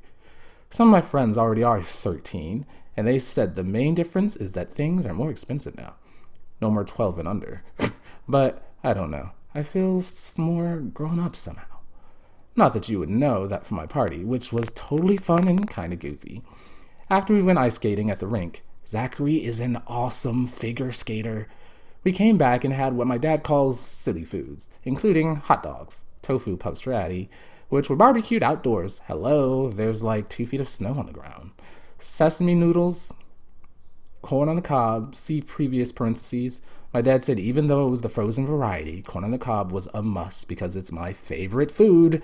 4 kinds of ice cream, and this 5-layer cake Aunt Pam made where the layers were all tipped in different directions and had different color frosting. And when I say color, I'm talking technicolor, fuchsia and magenta and aquamarine, to name a few. When Mom told her she should be a baker, Aunt Pam scowled and said, "Has our mother been talking to you?" Grandma is always going on and on about how Aunt Pam needs to replace rock and roll with respectable and responsible. It drives Aunt Pam crazy. As far as I can see, Aunt Pam is respectable and responsible. She just does things her way and not Grandma's. Like I said, Grandma and Aunt Pam have their issues. Anyway, Aunt Pam said she'd try to find the button for me, the civil rights one, and that it would be a little bonus birthday present. But her main present to me was this stack of CDs. She said they were all singers I should know. Annie DeFranco, Dar Williams, Janice Ian, and Chris Dumhurst. Oh, and she also got me one by this band called the Red Hot Chili Peppers because she said I was a teenager now and it was time for me to start rocking. I swear I could hear Grandma say, "Oi!" all the way from Short Hills, New Jersey. I'd never heard of any of these people, but I've sampled all the CDs and I really like them. I have to be careful about playing the Red Hot Chili Peppers when my parents are around, though, because some of the lyrics are kind of embarrassing, if you know what I mean. Aunt Pam said she'd seen Annie DeFranco in concert, and she is guaranteed to blow my mind. And that part of her birthday present is to bring me to New York on the train from Albany by myself. The next time Annie, that's what she calls her, has a concert, and she'll get us seats as close to the stage as she can so I can have my mind blown up close and personal. I got other CDs for my birthday, too. One of them was Colin's leftover Christmas present. It was this double album with all white cover. I saw that it was the Beatles, and I figured out right away why he'd given it to me. Sure enough, I turned it over, and there it was, number 11 on disc 1, Blackbird. His other present was a small silver hoop earring. I put it in right away, and everyone said it was totally me.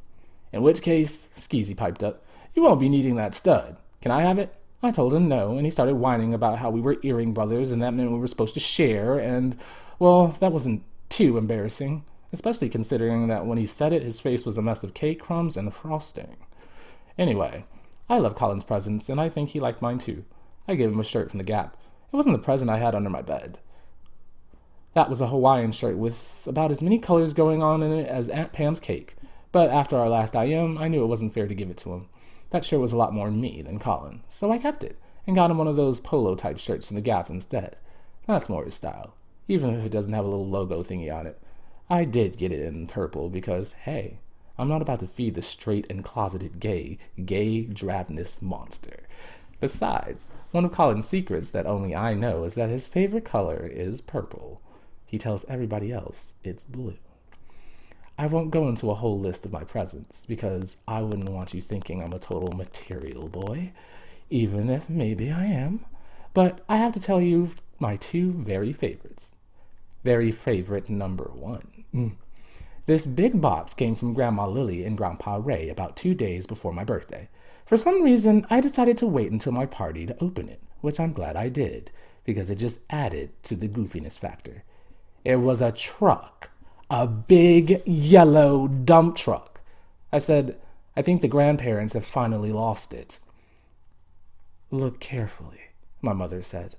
I took the truck out of the box and turned it this way and that until I saw that there on the back bumper was a tiny rainbow sticker. I couldn't believe it.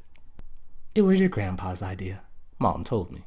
If all my friends hadn't been there, I might have started bawling. I mean, this is my grandfather who has to leave the room for oxygen and who has never before exhibited a sense of humor we're talking about. I asked Aunt Pam if she had put him up to this, and she said, "No way. He did call and ask me what kind of bumper sticker we should get, and we wouldn't let me help him find it. He said, I'll go online." My grandparents? Online? This was getting scarier by the minute. Oh, the neat thing about the truck, besides the rainbow sticker, the dumb part is the perfect size to hold CDs. Finally a truck I can actually use. Very favorite number 2. This one was from Zachary, and it was a toy too. Nobody else got the joke, but I did right away. "Now you'll have something to write about," he told me. "Yeah, me and everybody else," I said. He smiled. I tried not to notice his dimples. "Maybe, but you'll be the expert." "You're right," I said. I started banging out the Shoop Shoop song, "It's in His Kiss," which is my all-time favorite Cher song. I was pretty good for somebody who's never played the xylophone before. If Cher had been there, she would have totally loved it. Life lesson. Birthdays rock. U is for underwater. This probably won't surprise you, but when I was younger, I wanted to be Ariel. You know, the Little Mermaid. It wasn't because she was a girl or because she had a fin, although the fin was way cool. It was because I loved swimming underwater. I was so jealous of Ariel, the way she never ran out of breath and never needed to come up to the top. The funny thing is, all she wanted to do was come to the top and live on the land, and all I wanted to do was go under the waves and live in the water. Once, when I was 4, My family went on vacation in North Carolina, I think it was, where there was this humongous water slide. I was too little to go down it by myself, so I rode down between my dad's legs. Every time we splashed into the little pool at the bottom, which was more like a wading pool than a real one, I'd push away and start paddling around underwater, pretending to be Ariel. I could hear my dad's voice, which I'd imagine was King Triton's. I'd picture him puffing up all red-faced and muscly going, "Ariel! Ariel! You come here this very instant! Do you hear me?" And of course I'd disobey him, because that's what Ariel would do. I couldn't hear what my father was really saying. His voice was all gurgly. He probably was sounding like King Triton telling me to hurry up. People were waiting at the top. That wasn't the time to dilly-dally. Blah, blah, blah. But I couldn't help myself. I was on a big adventure with Flounder, and that was even more fun than going down the slide. I got to thinking about all this because of a song that's on one of the CDs Aunt Pam gave me. It's called Waiting Under the Waves, and it's by Chris Delmhurst, whose voice makes me sad and happy at the same time. When I listen to this song, I think about all the times I've been underwater and how I've always had the feeling of waiting, but not knowing what I was waiting for. That time in North Carolina, I guess maybe I was waiting for my adventures with Flounder to begin. Other times at the community pool in Paintbrush Falls, I was waiting for the kids who were picking on me to go away. That usually worked because I could stay under the water a lot longer than they could, and they'd get bored and go find somebody new to pick on.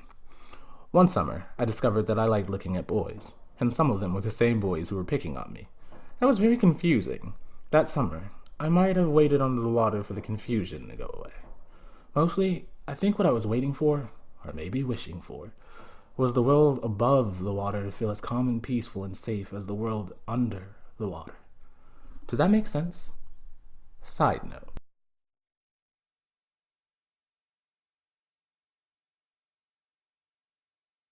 Mr. D, I'm not sure who I'm talking to. I just have the feeling when I write that I'm talking to somebody, the way I get the feeling these singers Aunt Pam gave me are talking to me when they sing. Do you ever get that feeling when you write? Life lesson. In the words of a very wise crustacean and a good friend of Ariel's, it's better down where it's wetter. Take it from me. March. V is for victim. No more. Today was No Name Day. Kevin Hennessy celebrated by calling me a flaming fag before the first bell rang, and then defended himself by saying it wasn't officially school yet. I celebrated by walking into Mr. Keeley's office right after the first bell rang and officially reporting Kevin Hennessy. Mr. Keeley invited Kevin to join us, and we spent the first period together, the three of us, with me telling Mr. Keeley every single rotten thing Kevin has ever done to me, and almost every single rotten thing he's ever called me. Like I said back in E, there are some things that are too disgusting to repeat. Mr. Keeley asked me why I'd never reported any of this before, and I told him because I was afraid to. He nodded as if he actually got it, then stepped out of the room to ask Mrs. DePaulo to get Kevin's parents on the phone. The minute Mr. Keeley was out of sight, Kevin turned to me with his face all tight like a fist and said, "You'd better stay afraid, bunch." Of what? I said, "That you tell everybody I'm a queer? I am a queer. Big whoop." "You're sick." He spat at me. "Then don't get too close," I told him, sticking my face right in his, "or you might catch it. Hey, Kevin, maybe that's what you secretly want." "Bite me," he said. I told him I was a queer, not a vampire. Either way, he wasn't my type. Before Kevin could threaten me with physical violence, which I knew was the only thing he had left to threaten me with, Mr. Keeley came back into the room and asked me, "Joe, do you have any witnesses to the claims you're making?" "I'm sorry, but this cracked me up." "Only the whole school," I said. Mr. Keeley honestly looked surprised. "And nobody has reported it?" he asked. "In all this time?" I hate to say it, but it suddenly dawned on me that Mr. Keeley needed some educating. "Kids don't tell on each other," I explained, "and teachers sometimes don't see what's right in front of their own noses." He shook his head sadly. "It sounds as if we might need a no-name day every day of the year." "No joke," I said. I didn't mean to be disrespectful, but really, no joke. You should have heard it when Mr. Keeley got Kevin's parents on the phone. Maybe you did hear it. First, his mother got on and was yelling so loud Mr. Keeley had to hold the receiver away from his ear. But that was nothing compared with how loud Mr. Hennessy yelled when he got on the phone. Nice people, Kevin's parents. I couldn't make out what they were yelling about, but Mr. Keeley was saying things like, This is not about disrespecting your religious beliefs. This is about your son disrespecting another student, and I will not tolerate that kind of language, Mr. Hennessy. If you cannot speak civilly, I will hang up. What did you just say? Do not threaten me, sir. Meanwhile, the whole time, I noticed out of the corner of my eye that Kevin was getting smaller in the chair next to me. I mean it.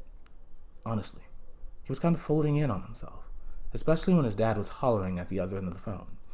I had this little flicker of sympathy for him, the way I did that time Jeff talked about how Cole treats him. I was thinking that maybe his father hits him, and that's why he was shrinking the way he was. But that's all the sympathy I could manage. Just a flicker. Because no matter what Kevin's story is, I'm tired of how he talks to me and pushes me around.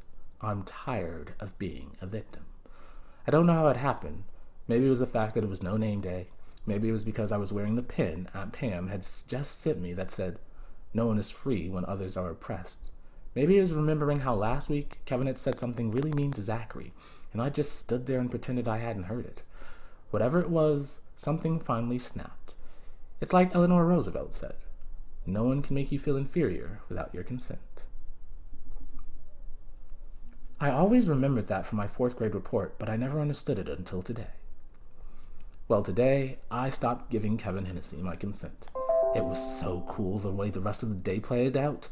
I mean, here it was, No Name Day, and Kevin Hennessy gets suspended for calling me a name. We had an assembly with a speaker and the poster contest and all kinds of other stuff for No Name Day, but all everybody was talking about was Kevin Hennessy getting suspended for something he's been getting away with for years. I have to admit, I'm still a little bit scared that he's going to beat me up the first chance he gets. Jimmy Lemon has already threatened me, but I'm not scared of Jimmy. He's all talk and no muscle. At lunch, Deshaun told me, "Don't sweat it," he said, "now that everything is out in the open to the whole school, including me being gay." Oh my God. Kevin isn't going to mess with me. I guess he could be right, because right after he said that, some boys, by which I mean guys, came over to our table and told me they thought that I'd done was cool. They said that Kevin was a big 7-letter word starting with A, and they were glad I'd put him out of commission. I'm like a hero. Mr. Keeley announced at the assembly the next year, we're going to have a whole week and call it No Name Calling Week, and he's going to try and get other schools in the area to do the same. And he called Addie and me into his office at the end of the day and said he is approving the GSA, and that we can get it going whenever we want. At dinner tonight, I told my family about everything that happened, and they were really proud of me. Even Jeff grunted something about my being brave. Then my dad said, "I have to give Mr. Keeley a lot of credit too. It's nice to know that educators can be educated." I said, "You know what's even nicer? After No Name Day, I have a whole week of no Kevin Hennessy." Life lesson. No one can make you feel inferior without your consent. Eleanor Roosevelt. W is for writing. I never liked to write before, or maybe I just never knew I liked to write. But writing this alpha biography has been TF. Total fun. And Mr. D, I am so not brown-nosing. You asked us to tell the truth, and I am. I mean it. So I've decided that writing is going to be my new interest. I'm going to write short stories, and maybe a play. And oh, big guess what? Skeezy and I are going to write a humor column for the Easel. Like you don't know what that is. The school paper, hello. It happened this way. Kelsey, Bobby's girlfriend, remember, draws for the paper. She's an awesome artist, honestly. Maybe even as good as Aunt Pam. And she's become like best buds with the editor, Heather O'Malley. Heather asked her if she knew anybody who was funny. Right away, Kelsey said, "Skeezy and Joe." So Heather said, "Well, which one should I ask?" And Kelsey said, "Why don't you ask them both?" So that's what Heather did, and we both said yes. Now, Skeezy and I are not only earring brothers, but we're writing partners. I just realized this means we'll be spending more time together, which means I'm going to have to do something about Skeezy's skanky eating habits. Heather also asked me to write an op-ed piece for the Easel. Cultural note. Op-ed stands for Opinion Editorial, on why we need a GSA at Paintbrush Falls Middle School. This was Addie's idea, of course, but Heather really liked it, and she said that I should be the one to write it. Oh my God! Maybe instead of growing up to be a fashion designer or actor or whatever, I'll be a famous writer. How cool would that be? Grandma Lily called tonight, and when I told her what's going on, she said, "First you're gay, and now you're a famous writer. Who can keep up?" Then she told me not to put the cart before the horse, whatever that means. As Pooh would say, "Oh, bother." Well, I guess if I'm going to become a famous writer, I better get started. I have a lot to say about why we need a gay-straight alliance, because even though Kevin Hennessy is out of commission, he'll be back. And besides, there are a lot of other kids in the school who think it's no big deal to say, "That's so gay," or call somebody a faggot. That should only know how that makes me feel. The other kids, too, who might not even be gay. And they will know because I'm going to tell them. Life lesson. I figured it out. When you're writing, the person you're talking to, mostly, is yourself. Okay. X is for xylophone. Top 10 things you need to know about the xylophone. 1. Toy xylophones aren't really xylophones. Xylo comes from the Greek word xylon, which refers to wood. Real xylophones have wood bars. Toy xylophones have metal bars, so that should make them metal phones. Does that mean that if the bars were made out of Scotch tape, the instrument would be called a xylophone? 2. How many people does it take to play a xylophone? Some large xylophones require 2 to 3 performers, using up to 6 mallets to strike the bars. Toy xylophones require 1 child to strike the bars, a 2nd child to yank the mallet away, and a parent to yell, "Don't make me come in there," from the other room. 3. The xylophone is brighter in tone than its cousin, the marimba. Hey, I have a lot in common with the xylophone. I'm brighter in tone than my cousin Miranda. 4. The xylophone is featured in a number of classical pieces, including Symphony No. 6 by Gustav Mahler, Carnival of the Animals by Camille Saint-Saëns, and Hello, Is Anybody Home by I'm Your Doorbell. 5. Even though the word xylophone starts with an X sound, you do not make the X sound when you say it. You say the sound Z. That is because if you make the X sound, you might end up spitting on somebody, which explains why so few words start with X. 6.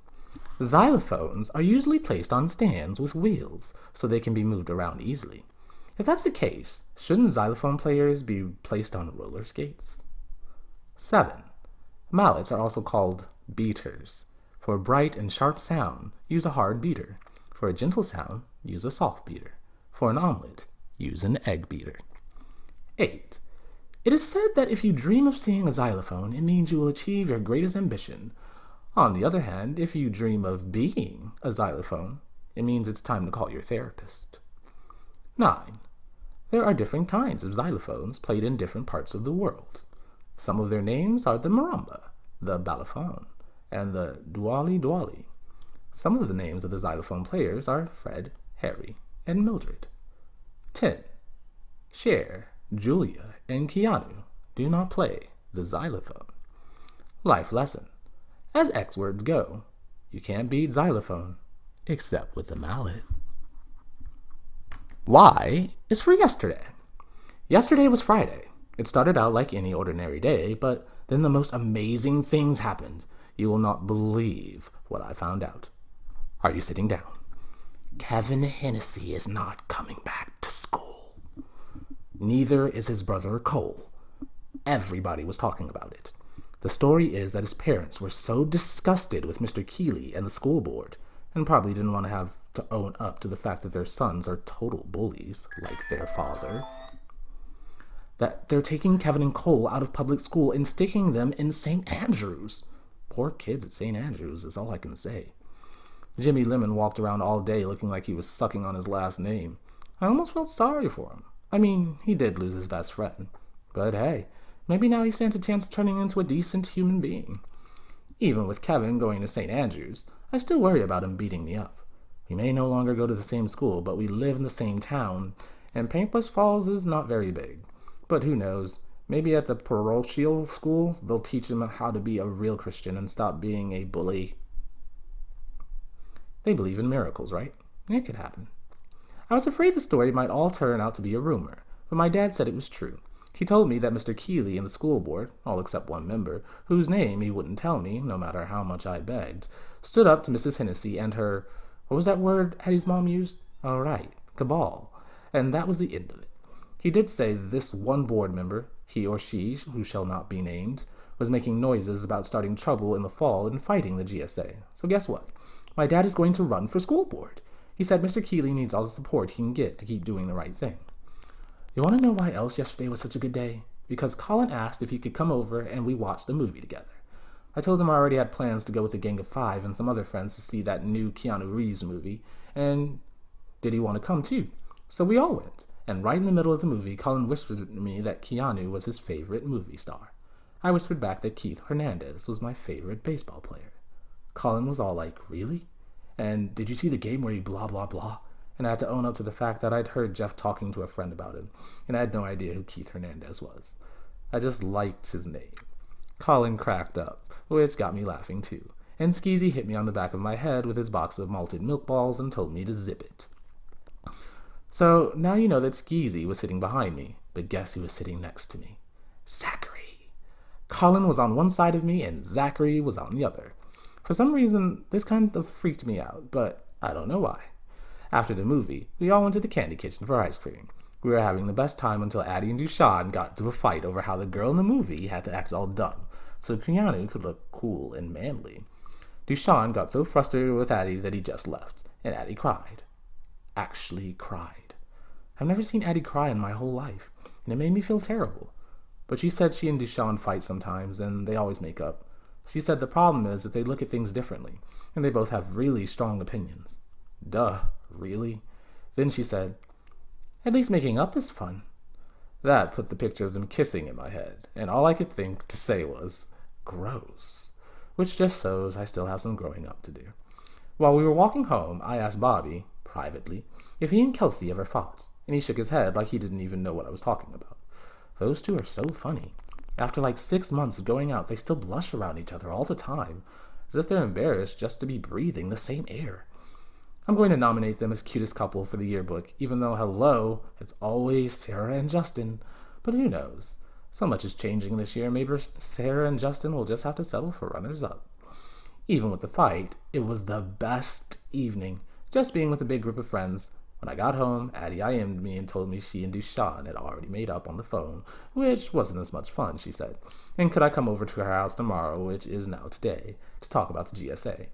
I wrote back and told her that Zachary was coming over to hang out at my house, and she wrote back and said, bring him.